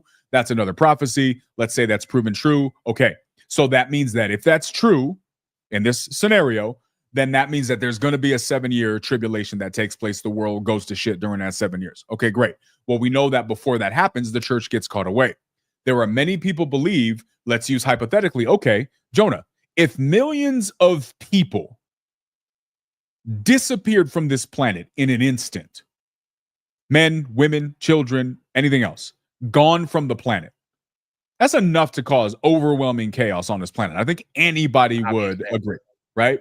And so then the question becomes, okay, well, let's assume for the sake of argument that this is true. And let's assume also for the sake of argument, there's people in a position of power who know that this is true. Then they have to plan for it. They have to plan for it because they know it's going to happen. Now you get into doctrinal stuff, right? 144,000, 12,000 to 12 tribes. That's a different conversation. But let's assume for the sake of argument, right, in this, let's call it a hypothetical scenario, that these governments know about this because they understand the historical value of the scriptures and they believe this to be true. So what they're doing is getting ahead of it. This is where Project Bluebeam comes into play, because what they're going to say is this: if this is true, Jonah, then what happens is the church gets caught away and the Antichrist comes in and takes over. Well, the Antichrist is going to want to defame God. He's going to want to discount the name of God. Okay, well, if you are trying to present yourself as God, you're trying to present yourself, and all of the religious fanatical Christians were really the bad people, how do you twist the fact that the thing they've been saying for years is going to happen actually happen? How do you twist that story? Well, one fantastic way is to say, just so you know, guys, aliens are real. And what you just saw happen was us removing all of the fanatical Christians. Look at all the wars that were caused throughout history because of Christians. Look at all of this. Look at all of that. We removed them not because they're good, but because they're bad. And I'm going to show you good. Follow this new world order. Follow this new approach. Follow this new thing. And I'm going to bring peace. We're going to heal. Oh, by the way, because I'm finally revealing this, we're going to heal all of these things. Well, how does they prove that? They show the way they're able to prove it is by showing these wonders in the sky. I think that's the foundational belief system of where people have true belief that that's actually what's going to come to pass. In a nutshell. Okay. That So there seems you like go. a lot, but all right. I get it. But there's millions of people who believe that that's the case, right? So you have to realize that this is a real thought. So whether or not that's the case, now I don't think that these drones are Project Bluebeam or anything associated with that. I don't really know a lot about Project Bluebeam to say whether it's true or not, but there are a lot of people who say this. And just to be clear, Jonah, the people who believe in the interdimensional version of this don't believe that these aliens are from other planets at all. They believe that these aliens are spiritual beings, right? They believe that they're the Which fallen actually would angels. scientifically make more sense, probably. If like aliens were able to get to us, it probably would be interdimensional. Yeah, which goes into a whole different conversation. There's a lot of different principles on this. Going back to my original statement, perhaps these drones are not an alien invasion. Maybe they are the preparation for an evacuation, which who knows, right? But where are they going? You know, there's a lot of billionaires building bunkers. You know, maybe they don't want to be here. But then where would they go? Are they going to the tropical part of Antarctica? So I don't know. What are you thinking, Jonah? What are you thinking, bro? I think Are it's the all drones fun. aliens? It's all fun, but it's just like, bro, like what? We're getting crazy here. It's like maybe, like it's all like I mean that was wild. There's just so many for me, so many assumptions that have to be made, right? Like I wouldn't be like if all of a sudden all the Christians left, and then there was just like government that's like, nah, those were aliens, and they specifically only chose Christians. I'm not like a fucking idiot. I'd be like, no. No, I don't think you would. Like, Okay, let's play this out. Let's play this scenario out. One day, all of a sudden, Jonah, all the Christians are gone. Deuces. you're gone. Just I'm out. like, damn. This Where's podcast is DQ? We got to do the over. podcast, bro. Like, what are we doing? I'm WhatsApp messaging you. DQ's out. Okay. I don't know what SHTF is. Destroyer. You gotta fill me in, bro. Shit. Pardon You me if mean that's a shit. stupid. When shit fucks up or something like that. Shit hits the fan. Shit hits the fan. I'm going with shit hits the fan. That's good. So here's okay. Let's play this out. Hypothetically, Jonah. Boom. Everybody's gone. I'm out. Sorry for you. You got to find a new podcast co-host. Yeah. Okay. Tell me the truth. Step one. First thing that comes to your mind. What just happened, Jonah? The first thing is, if they're all Christian, I immediately convert to Christianity. I find the It's too late, dog. You missed the bus. Dude, I'd be like, no, I read it in the Bible. I'm supposed to be able to do this as long as I'm alive. God damn it. Yeah, you know what you have to do. Just fun fact. I gotta run through a river and get baptized, bro. No, that's not it. You want to know what let's do a survival hack. We need to have like a survival thing, like order your time. Here's the survival hack. If you according to scripture, is if you miss the rapture and you get stuck here, you need to accept Jesus, do all the things. But here's the thing: God's not here no more. Earth's abandoned. For the first time in global history, God has not got nothing to do with this planet. Holy Spirit's gone. All of that's gone. So, you know what you have to do? You can't take the mark of the beast. If you take the mark of the beast, you're done. What is the mark of the beast? What is this? That's a whole podcast, bro. We could talk about that. That's a whole podcast. Well, now I want to know. I mean, I know we're talking about alien, but I want to know because I'm for sure getting left behind if the rapture happens. That sucks. I do want like an immediate survival thing. That would be sick to No, have. you're gonna be stuck here for 5-7 years. But here's the thing: if you don't get, according to the Book of Revelation, if you don't take the mark of the beast, you're done. They're gonna cut your head off. You're gonna get killed. Old school murked, like off with your head. That's what happens. Okay. Those people according to some readings of scripture, are the only way. If you missed the rapture, that's how you get saved. That's how you make it through. That's your plan B. Shit. So, okay. So that's what you're thinking. So Jonah's saying, holy crap, I thought this was all nonsense. I really respected my third grade teacher who told me God wasn't real. Dude missed it, and now I'm stuck with all these weirdos. Yeah, well, this fucking sucks. This blows. Okay, so then, okay, cool. So that's what happens. I'm gonna send you a video. It's really interesting about that, by the way. But okay, so then option 2. Let's say that now you got to realize this is a make-believe conversation right now. So that happens. You're like, the world is done. Yeah, I get as it. we I know it, understand. right? Yeah, it's the apocalypse. So now all of the world leaders, right? All of the major world leaders going on TV, and they give you a very viable, plausible, peer-reviewed explanation as to what happened. How long are you going to be able to stay steadfast if they give you a really logical explanation to the contrary? Like, what do you do in that circumstance? Possibly be the logical explanation that all the Christians left just disappeared. An alien invasion. That's a logical explanation. You think? What if you look up and you see a big ass spaceship like Independence Day sitting up there, and he's like, that ship took all of the Christians because we're doing things different.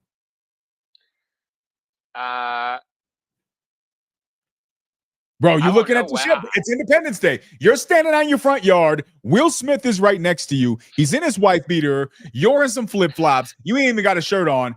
Big ass thing. And you're on your phone. And it's like, yeah, it was the alien. The big ship, they took the Christians because the Christians talk too much. That's what that was, right? Or whatever. Whatever version of that, but like, are you buying that? Like, is it that what are you saying? Are you like, nah, bro, the Christians said this was going to happen, and DQ told me they were going to say this. So, or do you say, nah, bro, but I can see the ship? I don't know what I would do. That's like a really interesting question because I see the ship with my own 2 eyes. That's weird. But you also saw people disappear with your own 2 eyes or without because you didn't see it. They're just gone. You know what I mean? I would just be freaking the fuck out in general. Even if I did think it was aliens, I would be like, okay, what the fuck? We got to like fight the aliens then. That's what my initial thought would be. Like, I would believe that it was aliens if I see that, and then it'd be like, okay, we're gonna kill all the aliens. How did they? And why did they only take the Christians? So maybe, there you go. That's another thing. So here's the thing, bro. Now we're talking about a bunch of hypotheticals because I don't really think that and if somebody knows it, please show it to me. I have not seen any biblical scriptures that explain specifically how this is going to play out. We have cliff notes, we have examples. There's a lot of parables. You got to read through it, right? One of the things that says in the book of Revelation is blessed is he who can understand this book because it's written to need to be discerned. Okay. So let's assume that that's the case. Well, here's what we do know, Jonah. Maybe we could do like a whole book of Revelation podcast one day. Okay. But here's the thing. Here's what we know. There are millions upon millions upon millions upon billions of people who believe that the Bible is a very reliable document, that it can be believed. The book of Revelation is a thing that is going to happen. Also, by the way, all of the prophecies that are supposed to be fulfilled before the book of Revelation can take place are almost all fulfilled. By the way, there were promises that people didn't even know could happen that have happened. For example, Israel being reestablished as a nation, Jerusalem being reestablished as the temple. Rebuilding the temple, which has already started. We talked about that. We talked about the red heifers, like all of these things. The red heifers happened, but we haven't rebuilt the temple yet. Let's say I have not read that book. I just discovered Timothy Alvarino like a month ago and watched him on. He was on what's his name? He was on this other guy's podcast, and I watched that podcast, and it was a pretty interesting. It was my first exposure to him. But so here's the thing, Jonah. What we do know is that there is a decent likelihood that all of these people will disappear. What we also know is that there is going to be 3.5 years of peace, followed by 3.5 years of misery that the world's never, ever, ever known.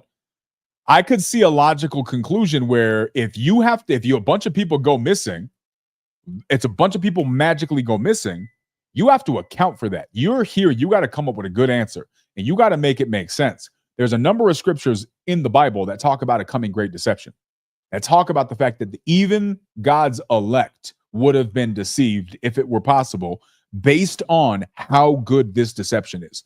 It is going to be a deception that is enough to fool everybody. This is coming. These are the things that are yet to come. And towards the last days before the book of Revelation is to play out, these deceptions are going to get bigger. It's going to get harder to believe stuff. It's going to get harder to know what's real and what's not. This has been written for 2,000 years. And now look at here, we got AI. And now we're just entering the days where we're sitting here now. AI has been popular for what, like a year? And we're sitting here like, I don't even know what to believe anymore.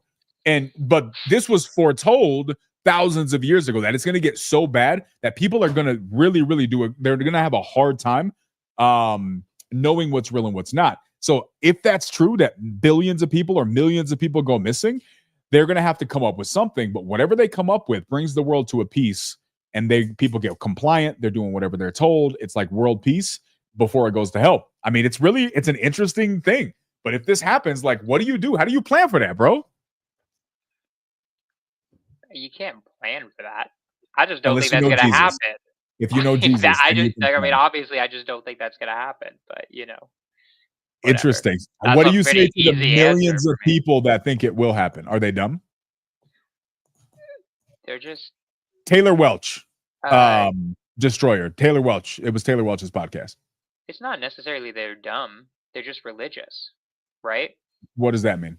Like, in the definition of religion is having faith. That means believing something. Having faith means you're believing something without evidence. That's the definition of faith, right? Okay. So they're not dumb. They're having faith in the Bible. I don't have faith in the Bible like you guys do. Are you even Jewish, bro? Not like I'm culturally Jewish. I'm not very religiously Jewish. I'm not a religious Gotcha. human being. You helped me understand that was a thing. I didn't know you could be Jewish but not believe in Jewish. There you go. Now the more you know. There's levels to the Judaism There's levels game. to this game. No, I don't think they're dumb. I just think they have faith in something that is telling them, and then we're just going with crazy ideas where it's like, okay, maybe, or maybe that just will never happen. And then I don't have to worry about it. It's like, Sure. maybe, but I also have no fucking clue. And if we're just going to freak out about it, like, in the end, like, people are worrying about this shit, It's like, you got to do something with your life, bro. Like, you got to, like, build a business, get a hobby, get a girlfriend. Like, like, if you're legitimately tripping about Project Bluebeam a lot, it's like... Yeah, it's really interesting, right? Like, I know you probably don't agree with this. We've never gone into this topic. We could take a day doing this.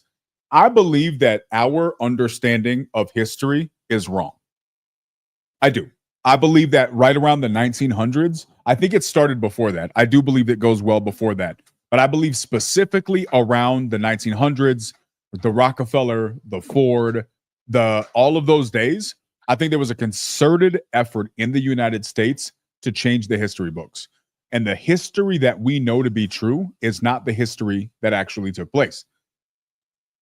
And I think that's all but obvious right now. And I think that things like, oh my God, Destroyer. Oh my God, bro. Have you seen Mars or Antarctica for yourself? Are you having faith in scientists' words? I've seen Mars in a telescope. Like, what do you mean? You saw a picture of a telescope. What do you mean? No, I've gone up to a telescope and seen Mars with a telescope before. What do you mean? Okay. What about Antarctica? I have not seen Antarctica with my own eyes. Okay. So are you having faith in the scientist's words? To an extent, yes.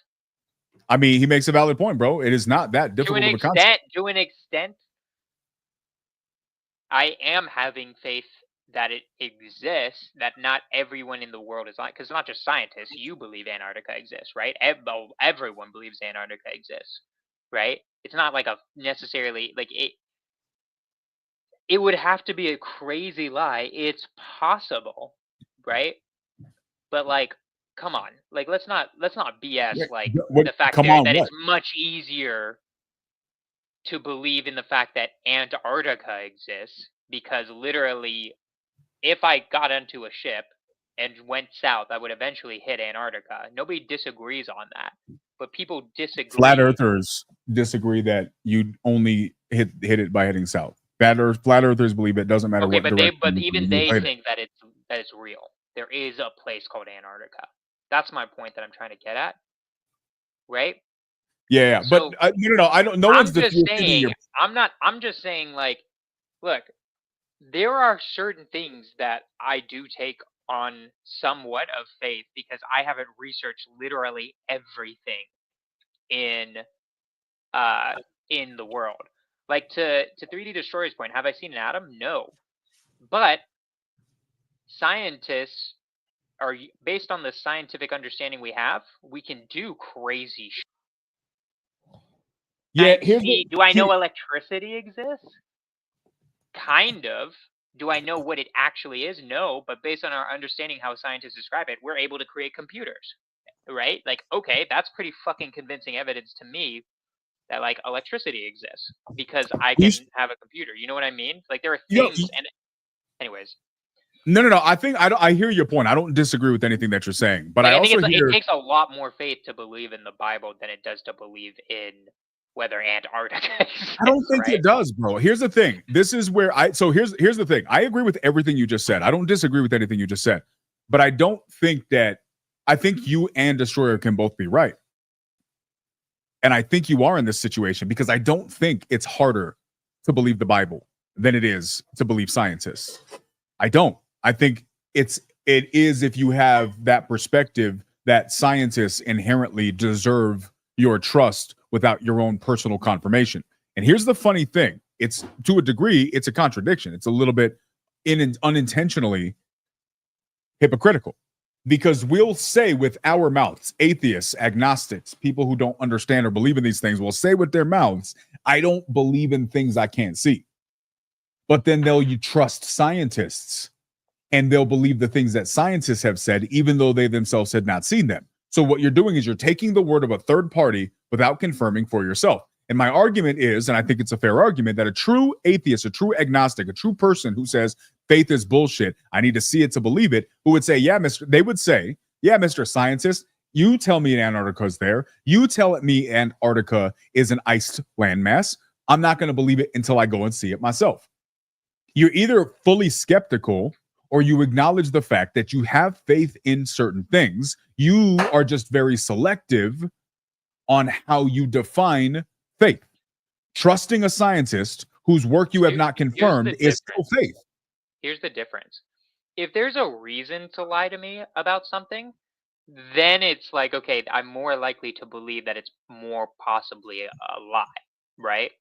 So like, for instance, I think there's a lot of reasons why the Bible could be made up, like what someone might get out of making up a religion, right? While making up Antarctica, I don't know what the person would get out of that. Like I don't understand. Do you get what I'm saying? Like there has to be a reason behind lying. Generally, you don't just lie randomly unless you're just sociopathic. Usually, you're lying for some sort of reason, right? But here's the thing, bro. Like this is the part where you and I disagree vehemently, where you just have this blind faith in the government. Like, why would the government lie to you? Why would the government tell you the truth, bro? Like, I don't understand why you think that they have this inherent need or goal to do what's best for their culture. I think the government does what's best for the government, irrespective of what's good for me. And if it happens to be good for me, so be it. Now, do I believe that there are people within the government who don't share that point of view? Absolutely. But I believe at the tippity top, where the majority of the decisions are made for the decent majority of our history over the last, call it 100 years, the people that are in power will do what's best. And I think, for example, and it's a different conspiracy, it's Kennedy. Kennedy, as a president, wanted to do what was best for the people. But that contradicted what was best for the powers that be. So the powers that be got rid of him. Abraham Lincoln wanted to do what was best for the people, but that contradicted the powers that be. So the powers that be got rid of him. I think there are different elements in the US government, in the world government, and those elements decide what's really going to happen. And while there may be people who have a vested interest in what's best for people, they are fighting against a much bigger animal that's behind the scenes that does whatever the hell is best for them. And I don't think we factor at all. If anything, I think we humans, people, I think we're in the way. And they're doing their best to get us out of the way so they can accomplish what's best for them. That's a 100% my opinion. So when you ask me the question, well, why would the government lie about this? It's like, well, why wouldn't they? My point is that, like, why wouldn't they? Are they just lying randomly? Right? No, Like, they're there has lying to for be a their own best purpose. interest. Well, what is their best interest? That's my point. That's what I was trying to get at. Is like, okay, why is it in their best interest to hide this, right? It doesn't seem like it would matter to the world government. I mean, you're putting out some ideas, right? One of them is want to keep it hidden. Okay, that's an interesting one where the aliens don't want to be hidden because then that takes it off the blame off the elites. That means the elites are being controlled by the aliens, right? And that's okay, maybe. The technology thing, it's like maybe they want to like harvest technology without us knowing because we would all start freaking out or wanting to know more. Maybe that could be potential. Like these aren't they're somewhat logical reasons in my head where it's like that's at least a follow through, right? My only point was just like when they were talking about like is like I don't also any atheist who says they only believe in things that they can see is a fucking idiot. Just generally speaking, they're dumb because like there's plenty of things that I believe in that I can't see, I can't naturally observe, right? But the effects of them usually I can observe somewhat, right? Generally, like I can't see an atom, but based on our understanding of atoms, we can do certain experiments that I learned in science class that work, right? You know what I mean? So like but I could make the same argument for scripture. Without question, I can make the same argument for scripture. True, Look but at the then there's prophecies also surrounding Israel. The mathematical likelihood of the prophecies surrounding Israel coming to pass are astronomically small. Astronomically. But here we like sit. which one specifically? Like which one How are we about talking the existence of Israel in the first place? We talk about the 6-day war. Talk about the fact that it was finally the fact that it predicted while it was still a nation that it would be reestablished as a nation, implying that there could be a time where it was no longer a nation, right? All of the different if you just talk about Israel on its own, right? Like they talk about giants. We could do a whole podcast on giants. Giants are like a whole thing that nobody wants to talk about. But do you believe giants are a real thing? I'm not talking about giantism like Yao Ming. I'm talking about, do you think that historically there were giants that were a different species of being that were not completely human that have existed on this planet? I have seen no evidence for giants. No. Okay, there is mountains of evidence for giants. Mountains. Okay. But that's what I mean, bro. That's what I mean. So biblically, this is something that is referenced and that is supported throughout different documents and historical confirmations, right? So again, I could present that same argument, but if you're not going to believe it if you're not doing that part of the work. So you just write it off, which means we're writing off stuff that's real. Well, because here's the thing with prophecy. If you know the prophecy, it becomes much more likely for it to happen. If we you can't say that when you're talking about a nation, though, right? Like, because the amount of people who have to get on board with that coming to pass. So I mean, like, it's something's like, would you agree with that basic premise at least? Like, if you know the prophecy, then you're more likely to fulfill I think you would agree. I think it depends on a prophecy, but I can get on board with that premise for sure. Yeah. So, like, the article you sent me about the heifers, for instance, those were literally brought in from Texas. I read that article. They're being brought in from Texas to Israel, right? Yeah. If we didn't know the prophecy, that wouldn't be happening, right?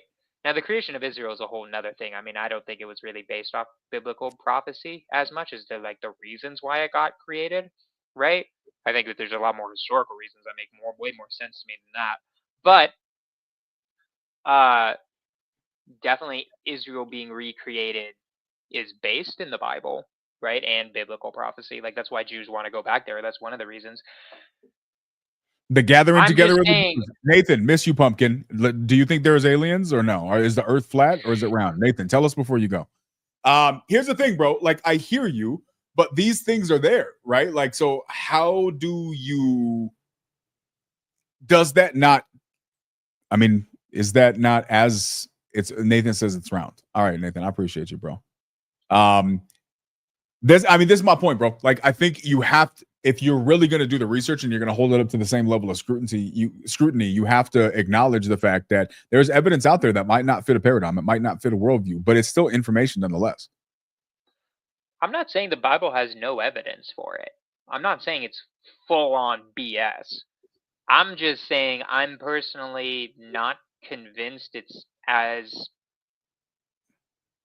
I'm just not as convinced of the Bible as I am of what a lot of scientific things come out, right? Like, I mean, we don't have to do this one. We've done this one, right? A lot, like the Bible versus science type of thing. It's just physically are really interesting, right? Like they like change our lives every single day. It's so observable and so evidenced in our just daily lives. Like our ability to even do this podcast, for instance, right? What are you talking about? Like science, the Okay. scientific theory has created all the technology that makes this podcast possible, right? You get what I mean? Mhm. So I'm more prone to believe that naturally because that's actually what's creating my life right now. Now, you could argue that the Bible is affecting my life and I just don't even know it. That was your argument, basically, right? More or less, is like things are happening in the Bible and I'm just not aware of it, right? And it's possible, right? I guess we're doing a whole Bible thing right now, which we can eventually get back to aliens. But my thing with the Bible is it's just like, why this book versus the Quran? Why the Quran versus the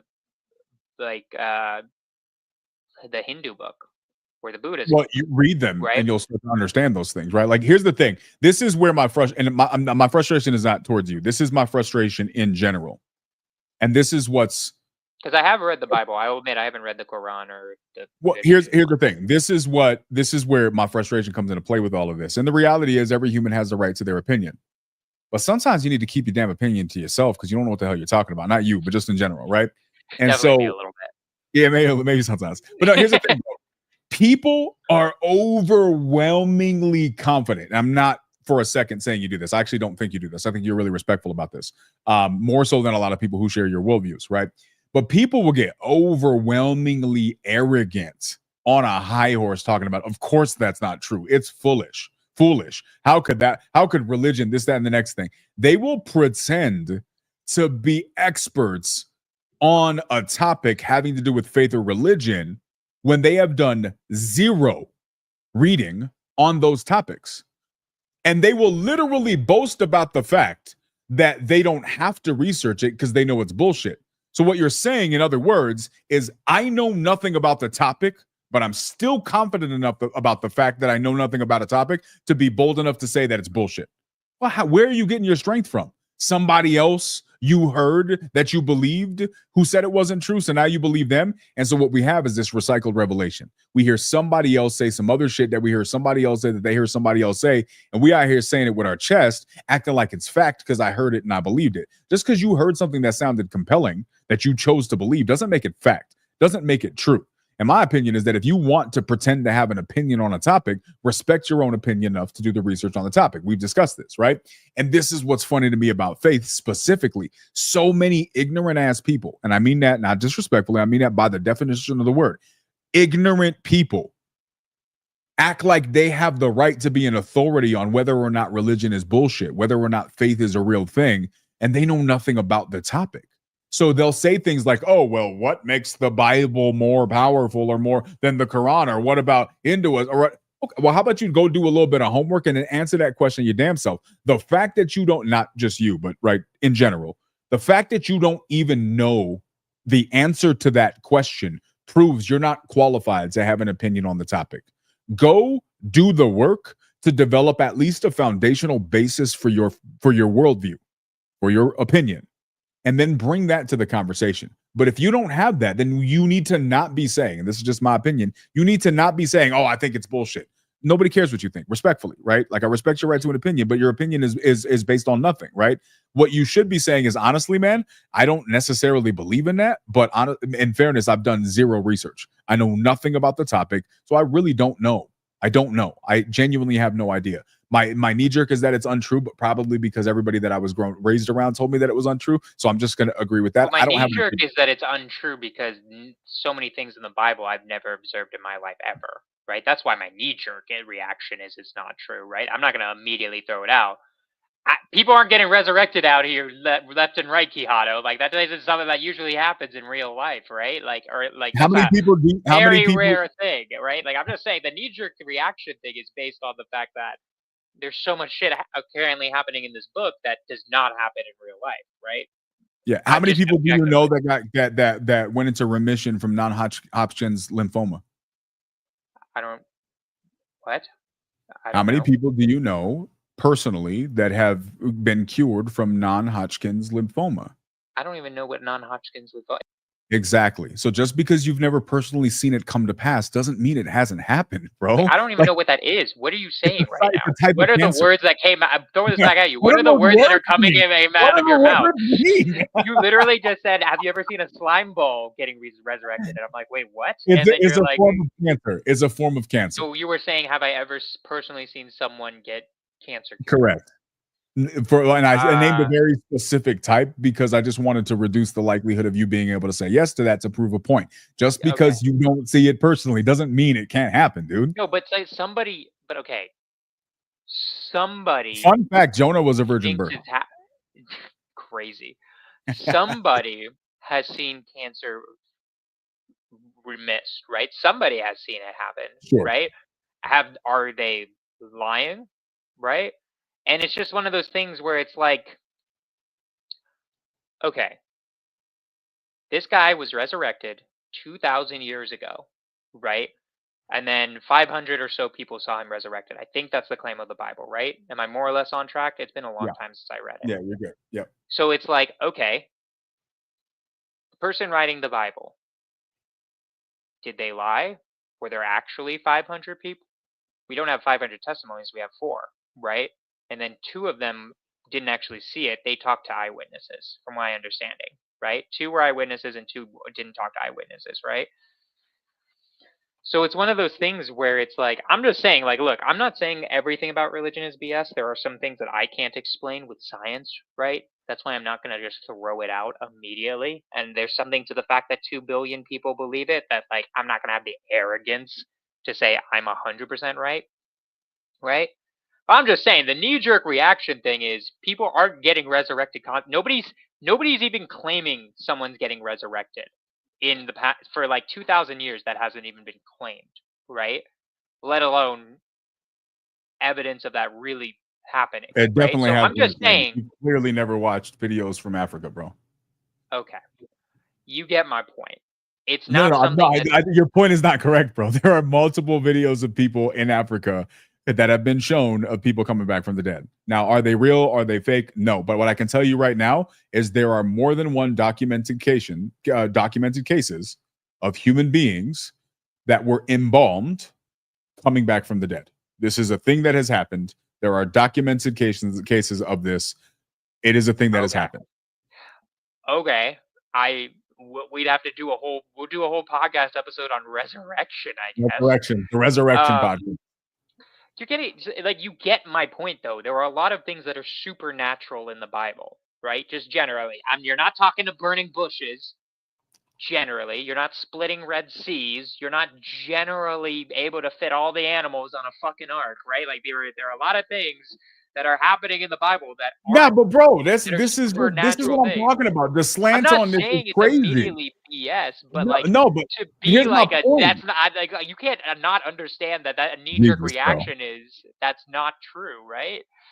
Like, do you even understand my point? That like both Massive Cool Factor and Robert have died before, and you out here saying it doesn't happen. Millions of people have died and come back. There's whole sources of studies on near-death experiences. Dead now. What are we clinically deceased, bro? This is not an uncommon thing. Like, just to be clear, bro, there are scientists who devote their whole entire. If it's not uncommon for resurrection to happen, why is Jesus so special? Oh, okay, Jonah. This is I'm just here's my saying point. that No, was like his whole claim to fame. no, I could build a scarecrow from your straw man arguments, my guy. Here's my point. I think Here's the my logic's point, bro. good there. No, the logic is not good there. Here's my If point, bro. you're saying it's happening commonly, your argument to me is this isn't an uncommon thing, and I'm like, what? Then why is Jesus so special if everyone's getting fucking resurrected all the Because time? all of the other elements of it, Jesus himself raised people from the dead. So if Jesus knew that being resurrected from the dead needed to only happen through him, then he messed up his own plan by bringing homies back, right? Yeah, little girl, you got right. There are so many people that got so, but just because multiple people were brought back to bed, brought back from the dead, it doesn't diminish the value of when Christ did it because of all of the other factors that went into it. But going back to your point, here's my point, bro. This is what I'm saying. I don't think you realize that your argument isn't as solid as you're giving it credence. It's just not, because you're trying to say things like, listen to what you said. And I want you to don't agree with me or disagree with me. I'm not trying to debate with you. I'm not, I promise. I'm asking for you to hear what I'm about to say and just ask yourself if there's any rationale to it. That's all I'm asking. Okay? Sure. Okay. One, at first you tried to say that there's no examples that you're seeing today, right? And I say examples, and then you're like, yeah, but not that. And you're like, well, but let's talk about all the raising from the dead. There's not people coming back from the dead. And I'm like, okay, but then we talk about a bunch of different situations. You're like, oh, but not that. I'm not seeing parting of the Red Seas and burning bushes all the time. So you keep, when your argument isn't served, you jump arguments to change the point. Hold on. Instead of acknowledging the fact that, hold on, maybe all of these answers don't mean I need to change my argument, but maybe it means I need to reassess my argument and see if it carries the weight that I think it does. Because if I am an intellectual person that is fair and objective in my decision-making processes, which you claim to be, and I believe to a large degree you are, then you got to ask yourself, okay, well, maybe I stopped defending this. I keep getting refuted in my points. Maybe my points ain't that sound. So then when you talk about, I've never seen a burning bush, you've also never seen people split atoms. So literally in one argument, you'll say, well, I don't need to see atoms split in order to know that it happened. Obviously, that's not something that's happening in my general vicinity, but I still know that it's true because I can see evidence of that. Well, in the same example, you don't have to see burning bushes, right?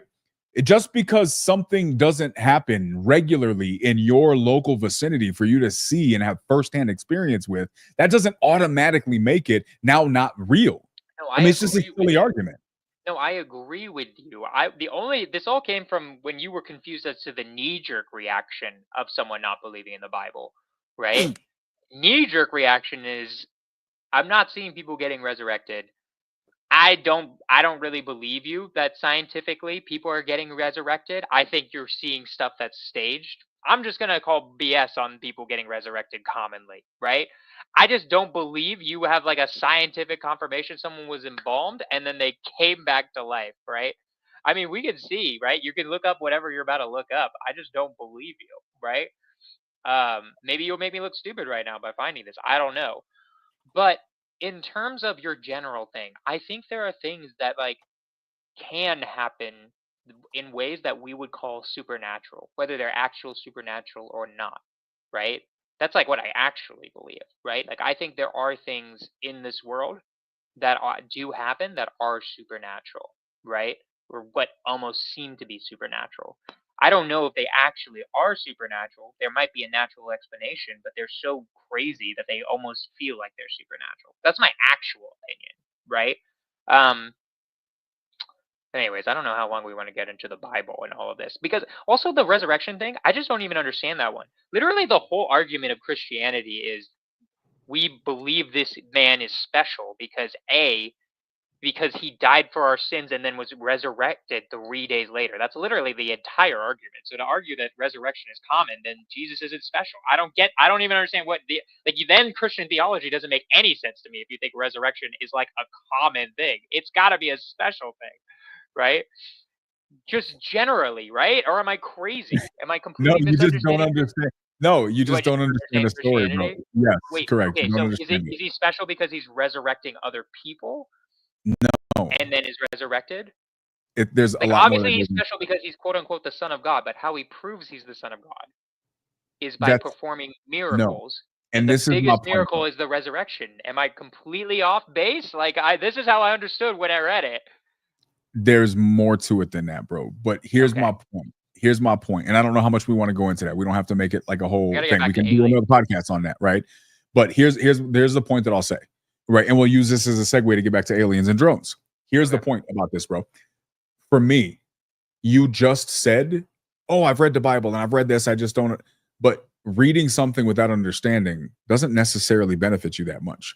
If I go and read a book but take nothing out of it, then what's the benefit? If I go read Rich Dad Poor Dad and I understand nothing about what I read, then did reading it benefit me? Right? I don't understand what it is that book says, and this is what I mean. People are over. I don't have a problem with someone not understanding something. There's a lot of stuff we don't understand. There's a lot of stuff I don't understand. The frustration comes when someone admittedly and to a large degree proudly admits they don't understand something, but then simultaneously claims to feel confident about refuting the thing that they have no understanding on. I know nothing about it, but of course it's probably not true. I don't know anything about it, but yeah, why would I believe that? By definition, you know nothing about it. Maybe have you ever considered, if you stop listening to what your social studies teacher told you or your surroundings or the common people in your circle tell you, maybe just for a second ask yourself, is maybe the reason I don't believe it is simply because I don't understand it, because I've never taken the time to actually understand it. So rather than allowing myself to live an entire life where I naively feel confident about saying something is fake that's not fake, maybe before I make a decision on the topic, I seek understanding and then make my decision from a place of understanding, not a place of Educate me. How am I presupposition. wrong about the story of Jesus? Because this is what I've heard Christians also tell me. I've read the Bible and then Christians say that. So where am I completely wrong on this Yeah, whole we'll Jesus go into being this in a different resurrected? podcast. We'll go into this in a different podcast, but We here's gotta the do that summary. at some point. Here's the Because summary. I'm so confused Summary. how I'm wrong on that. But all right. I'm Yeah, not Christian. I didn't the grow up in a resurrection church, is right? definitely a part of it, but it's also who we came from, virgin birth, sinless life, dying on a cross. All of this, like all of these things had to come to pass. All of these things had to be true. One of those things independently isn't enough. All of those things had to be fulfilled in order for it to carry the weight. So just because resurrection happened and everybody resurrection, Jesus ain't special, or everybody, multiple people, Jesus resurrected other people. So what Jesus did wasn't that special. That's not how it works. There's more to it than that. So my challenge is, bro, you ain't got to believe none of this. Nobody has to believe any of this. But I would argue, if you consider yourself a rational, intelligent human being, which I know you do because you are, then why not give your own intelligence the credit and the respect to say, you know what, maybe the reason I don't have faith in this thing is because I have not taken the time to truly understand it. And I am unfairly writing something off from a place of ignorance, but then speaking simultaneously confidently about the thing I'm admittedly ignorant about. Maybe. But that's just I'm my going to two say cents. this though. I'm just not wrong that people are not people are not commonly resurrected. I'm sorry, get the fuck out of here. That just isn't something that's happening commonly in the world. I'm sorry. I just don't believe you. Like, I'm not wrong about that. I might be wrong about Jesus. I'm not wrong about the fact that resurrection doesn't happen commonly because I'm a human that just lives in the world, right?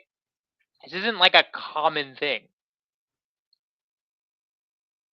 These are okay. Learning from 1,000 near-death experiences. Yeah, that's near death. That's Groundbreaking not a study of resurrection. 4,000. The majority of these people were clinically deceased 5, 10, 15, 20 minutes, hours upon hours, right? This is a thing that has happened, bro. Like, how do People you having define near-death dead? If someone was experiences is dead not for 17, resurrection. if someone was dead for Okay. 17 hours, are they dead? Okay. I meant being dead for 3 days in a tomb, embalmed. So they right? gotta Like, be to in the a point where tomb you too? can't Now they breathe. gotta go to a tomb. Ain't nobody I'm even just got saying, tombs now. that's what So happened to now they gotta go to a Jesus. tomb. All Wait, right, hold on. This is your what bar's happened to too high, Jesus, bro. though. This is what happened. This is what happened to Jesus, though. He didn't have modern medical equipment keeping him in a vegetable state or whatever the fuck happened to these people, right? God, Anyways, if you're gonna let's get not argue Jonah about to this. Let's not do believe, if you're gonna get Jonah to believe that resurrections All right. happen, the dead dude got to go to a tomb. If you died in a hospital, you don't count, bro. Go to All a right, tomb. whatever. I'm saying go to a tomb, dude. It would be a lot more convincing to me if you die for 3 days, get In a wrapped up, tomb. and Wait, then hold do it. on. Tell the truth. If they died for 3 days in a hospital versus a tomb, who's more believable? What do you mean? That they got resurrected? Probably a Yeah. hospital.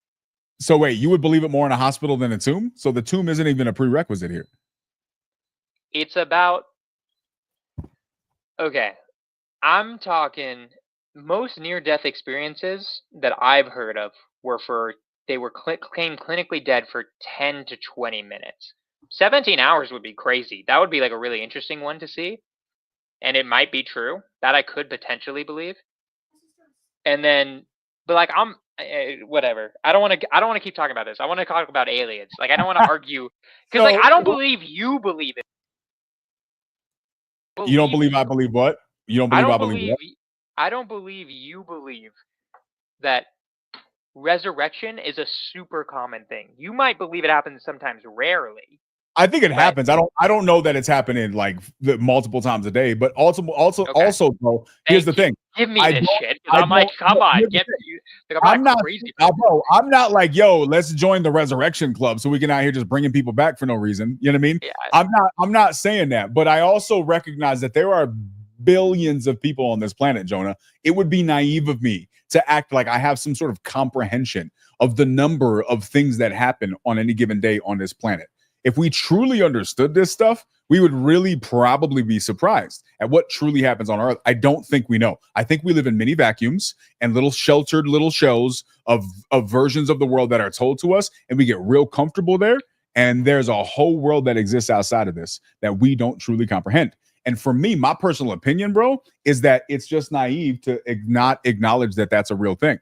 I think it is not only our possible, but it's our responsibility to acknowledge, yo, I live in America. America, a fantastic country. America got a lot of great things going for it, got some things against it. All of those things are true, but guess what?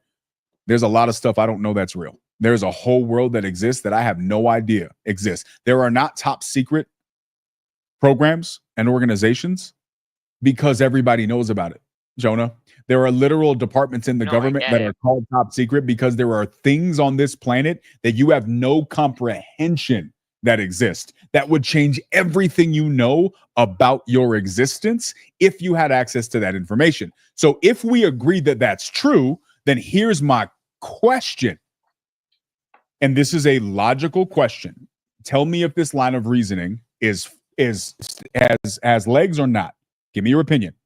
If it's possible that there are things that exist on this planet that you have no comprehension of, is it also possible that there are lots of things that exist on this planet that you have no comprehension of, and comprehending those things could change your entire view of how this world operates and exists? Is that possible? It's always possible. It's always possible. So going back to the alien thing, is it that crazy that there's people that believe that these things are manifestations of demons that used to exist on the planet? For millennia, everybody believed that gods were real. Why are you smiling? It's just okay. Keep going, unless you want me to actually answer that. I want to know why you're smiling. I can answer it. I just feel like I could have just done the entire reasoning and then just been to you, Keanu.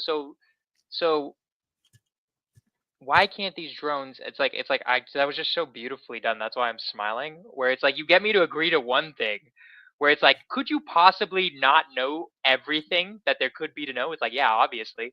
So don't you believe there's a secret pizza gate trafficking conspiracy then, Jonah? No, like that's just basically what you hit me with, where it's like, wait, what? Those things don't necessarily correlate. CloserCollective.com, bro. It was just like it's like obviously I could. There's I something that might you, change dog. my. It's like, is there anything that could possibly change your comprehension of the universe? It's like, yeah. And it's like, great. Do you believe So Hillary you Clinton admit. is now a pedophile? Like, that's just like what you hit me. It's like, wait, what? It's like, okay. I mean, No, but okay. It's called a Stops Close, Jonah. Closerscollective.com to Which learn is more. really funny. That's why I was smiling. I'm like, all right, what the fuck, bro? Just hit me with that. Like, Now, here's the thing, bro. Let me throw this out there. I'll give you the context. Would you agree or disagree that the time on the planet that we know where people believed that gods came from other planets and gave us wisdom, knowledge, power, resources, blessings, we believed that for more time than we believed that science was our only source. Okay. yeah, of course. By a factor of 100, right? Yeah, most of human history. So you got millennia where it wasn't a belief. It was a foregone conclusion that God exists. There are beings that come from places we don't understand. And when they come from those places, they give us access to power, resources, knowledge, and technology. I understand that. Okay. We have monoliths. We have architecture. We have evidence to this day that confirms as much. Yeah. Right? We got pyramids in Egypt. We got pyramids in South America. We got pyramids on every continent. Yeah, we both agree on Every this. Yes. continent. Right? Uh-huh. Stuff that we don't understand. There are pictures on pyramids on this planet of human beings taming brontosaurus, holding a whip, walking brontosaurus, and brontosaurus were moving things. These are things that happen. So for us to pretend we got a full glimpse of what this earth really, really looks like and really works like is naive. Because then here's the question that I have to ask. Were there cell phones, to your knowledge, in the year? Okay, no, right? Yeah, I already know where you're going. It's the year Okay. 0, whatever. There weren't cell phones. So why is it that the hieroglyphs in Egyptian pyramids had so many similarities to the hieroglyphs and the markings and the writings in Peru? They had no form of communication. They're thousands of miles apart. There are certain things, like, I mean, you can keep going. I think I know your point, but keep going. But so, okay, how did that happen? This is the thing. These are questions we're not demanding answers for, but we're uncomfortable acknowledging that maybe the existence of these questions changes our worldview. We don't want to accept that maybe everything we were told was a lie, but we're comfortable not answering this question. Well, the fact remains is hundreds, Jonah, hundreds, some believe thousands of cultures on this planet have a flood story. Did you know that? In their oral and in their written tradition? I did know that. Okay. So the Bible, which is the most popular flood story, happens. And according to the Bible, the whole entire earth flooded. One family was saved. One family was released somewhere else, Mount Ararat, so on and so forth. Everybody's real comfortable joking that off. Oh, that's your Sunday school. That's a silly thing. Obviously, that never happened. There's no scientific evidence of that happening. Okay. But then there's these weird nagging questions. We're comfortable saying there's no scientific evidence. I said the word science, so now I'm credible because I said science. So whatever says I say after is credible.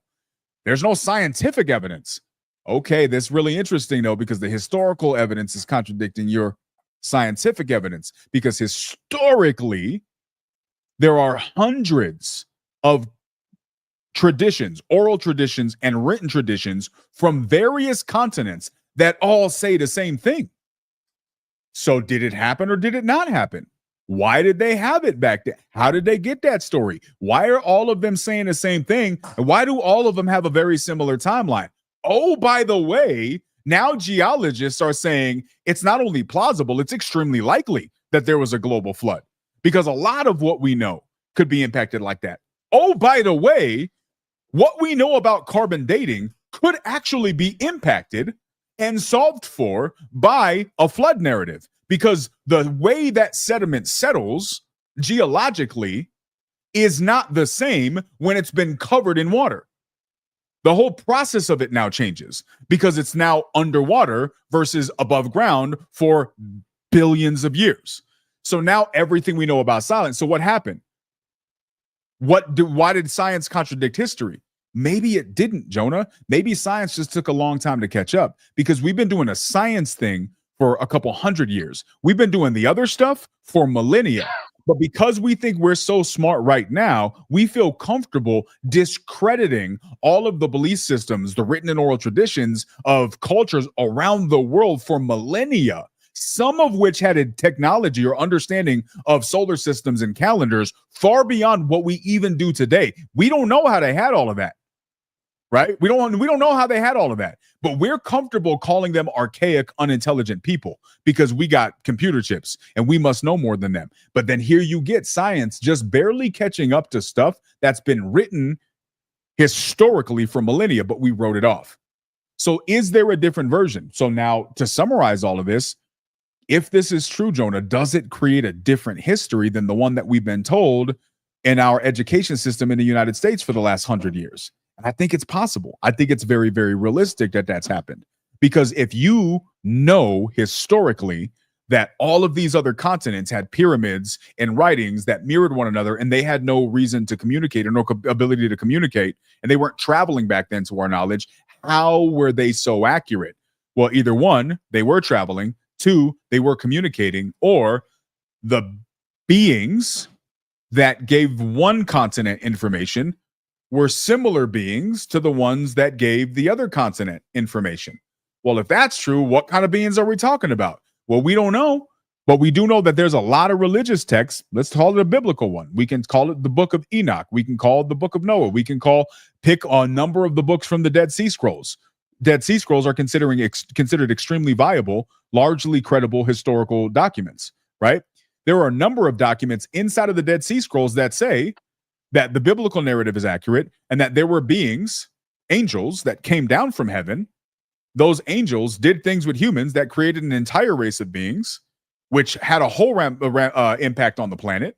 And then now you get into a whole different conversation, right?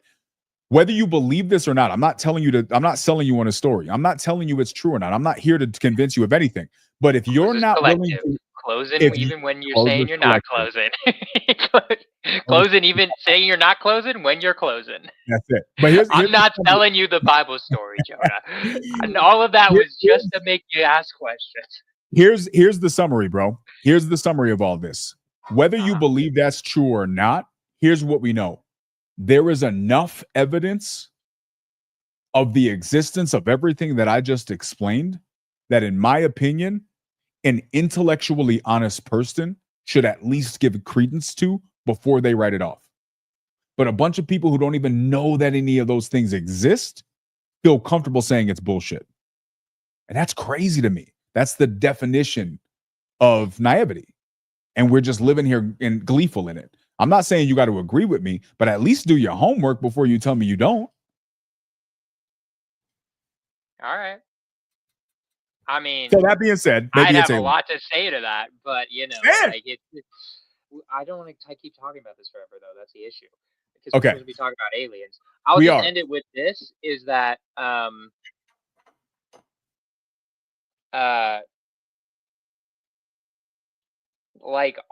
there's just so many different. Here's what goes to my head. I'll just say this. My theory on why there's so many similarities in stories and cultures and stuff like that, I'm just going to be real brief because I don't want to keep talking about this. The other possibility is humans create the same stories to explain the same phenomena. Okay. Generally, right? I'm just throwing this out there as a possibility, is that it could be a psychological thing, a great flood for humans. Right? It could be a psychological story, and that's why every single person has it, right? I mean, it's also a thing where there was a story of they were very similar stories in Mesopotamia of not a messianic exactly figure, but of a god being resurrected after 3 days and 3 nights, right? Humans come up with similar stories, right? To generally psychologically. So there could be hidden psychological reasons why the stories are similar, not just that they happen. That's all I'm going to throw out there because that's what I lean towards. But I also want to Maybe. get back to aliens also. No, well, so this segues back to it. I think it's all. I don't think this is a disconnect. I mean, I think assuming that globally everybody's going to automatically, for psychological purposes, assume a flood at the same time. That's a reach. I hear where you're going with that. I think that it's not as plausible as one would hope. But and I'm not saying a flood didn't happen. Like I think that's a huge flood that happened across the earth, right? How you interpret that could very well have happened, right? Like I don't know what that, like is it exactly the way the Bible said, where it happened in a single day, or is it that like, because like we know, for instance, like I'm pretty sure we know that like at some points in Earth's history it was like all water. There was like some point where it was all water. I'm pretty damn sure if I remember it. Like that's like literally what science believes to be true, right? Well, so this is where, so let's circle this back to the alien topic and to the drone topic. Here's where I think it's really interesting, bro, because when we first talked about the interdimensional thing, you scoffed a little bit about the people that were thinking the Project Bluebeam. Now, to be clear, I don't think that these drones are that. I think the drones are just drones. I think it's probably a military thing, government contract. I think it's probably that, and that's cool. That's one conversation. But here's what I do believe. I believe that we are going to be seeing a lot more alien stuff happening in our future. I believe that's going to happen. But Quijano, don't you believe there's some things about your understanding of the universe that could be completely changed if you knew these certain things that the government knew? 100%. Here's so the then difference. Why don't you believe in Project Bluebeam? Seems like you're being close-minded. No. I didn't say I didn't believe in it. What I said was I don't understand it. I don't know enough about it to have an opinion on it. Right? Okay. And the difference is I got a couple. It was a good try. Closerscollective.com, bro. I got you. I'll help you out. Almost got you. almost got me. But here's the thing, bro. Like, honestly speaking, good try, but you fucking you fucked it up. Yeah, you messed it up. You dropped the ball. You had it. You were at the 1 yard line and you fumbled. It was good though. But here's the thing, bro. Like, I think that this is where I don't feel like anybody's qualified to write somebody off for thinking that it's something crazy. Now, there's going to be people that are extra outlandish, and that's fine. But I think that you really just got to be open-minded. That's just my opinion. Y'all can disagree with me. But I think there's just value in being open-minded. The world's full of shit we don't know. The world's full of shit we do not understand, right? And no, it does not, actually. Sharon Lee, you're correct. It's full of stuff that we don't understand. So why not just be okay with that? Like, where do we get this false sense of confidence that we have to know everything? I feel like there's strength in saying I don't know. There's strength in saying I don't understand. There's strength in studying ideas that you disagree with. I think that that's really, that's huge, Destroyer. Big respect to that, because it's December, so that says a lot. Like, there's strength in that, Jonah. I feel like there's strength in being able to say, you know what? I know that this is what everybody around me tells me, and at Thanksgiving, people going to say I'm a dummy. But that's cool, because guess what? I'm going to be intellectually honest enough with myself to say, I just don't know. Why not learn? And I think the world's full of things that would really, really surprise, amaze us, and maybe elevate us if we are willing to open up to that, right? And I think that here's the other thing, Jonah, to go back to your government thing. I believe the government, without question, understands, because you know me, I'm a fan of the human brain and human psychology. I teach surrounding the human brain and human psychology. What I can tell you without a shadow of a doubt, the average human brain loves their little comfort zone.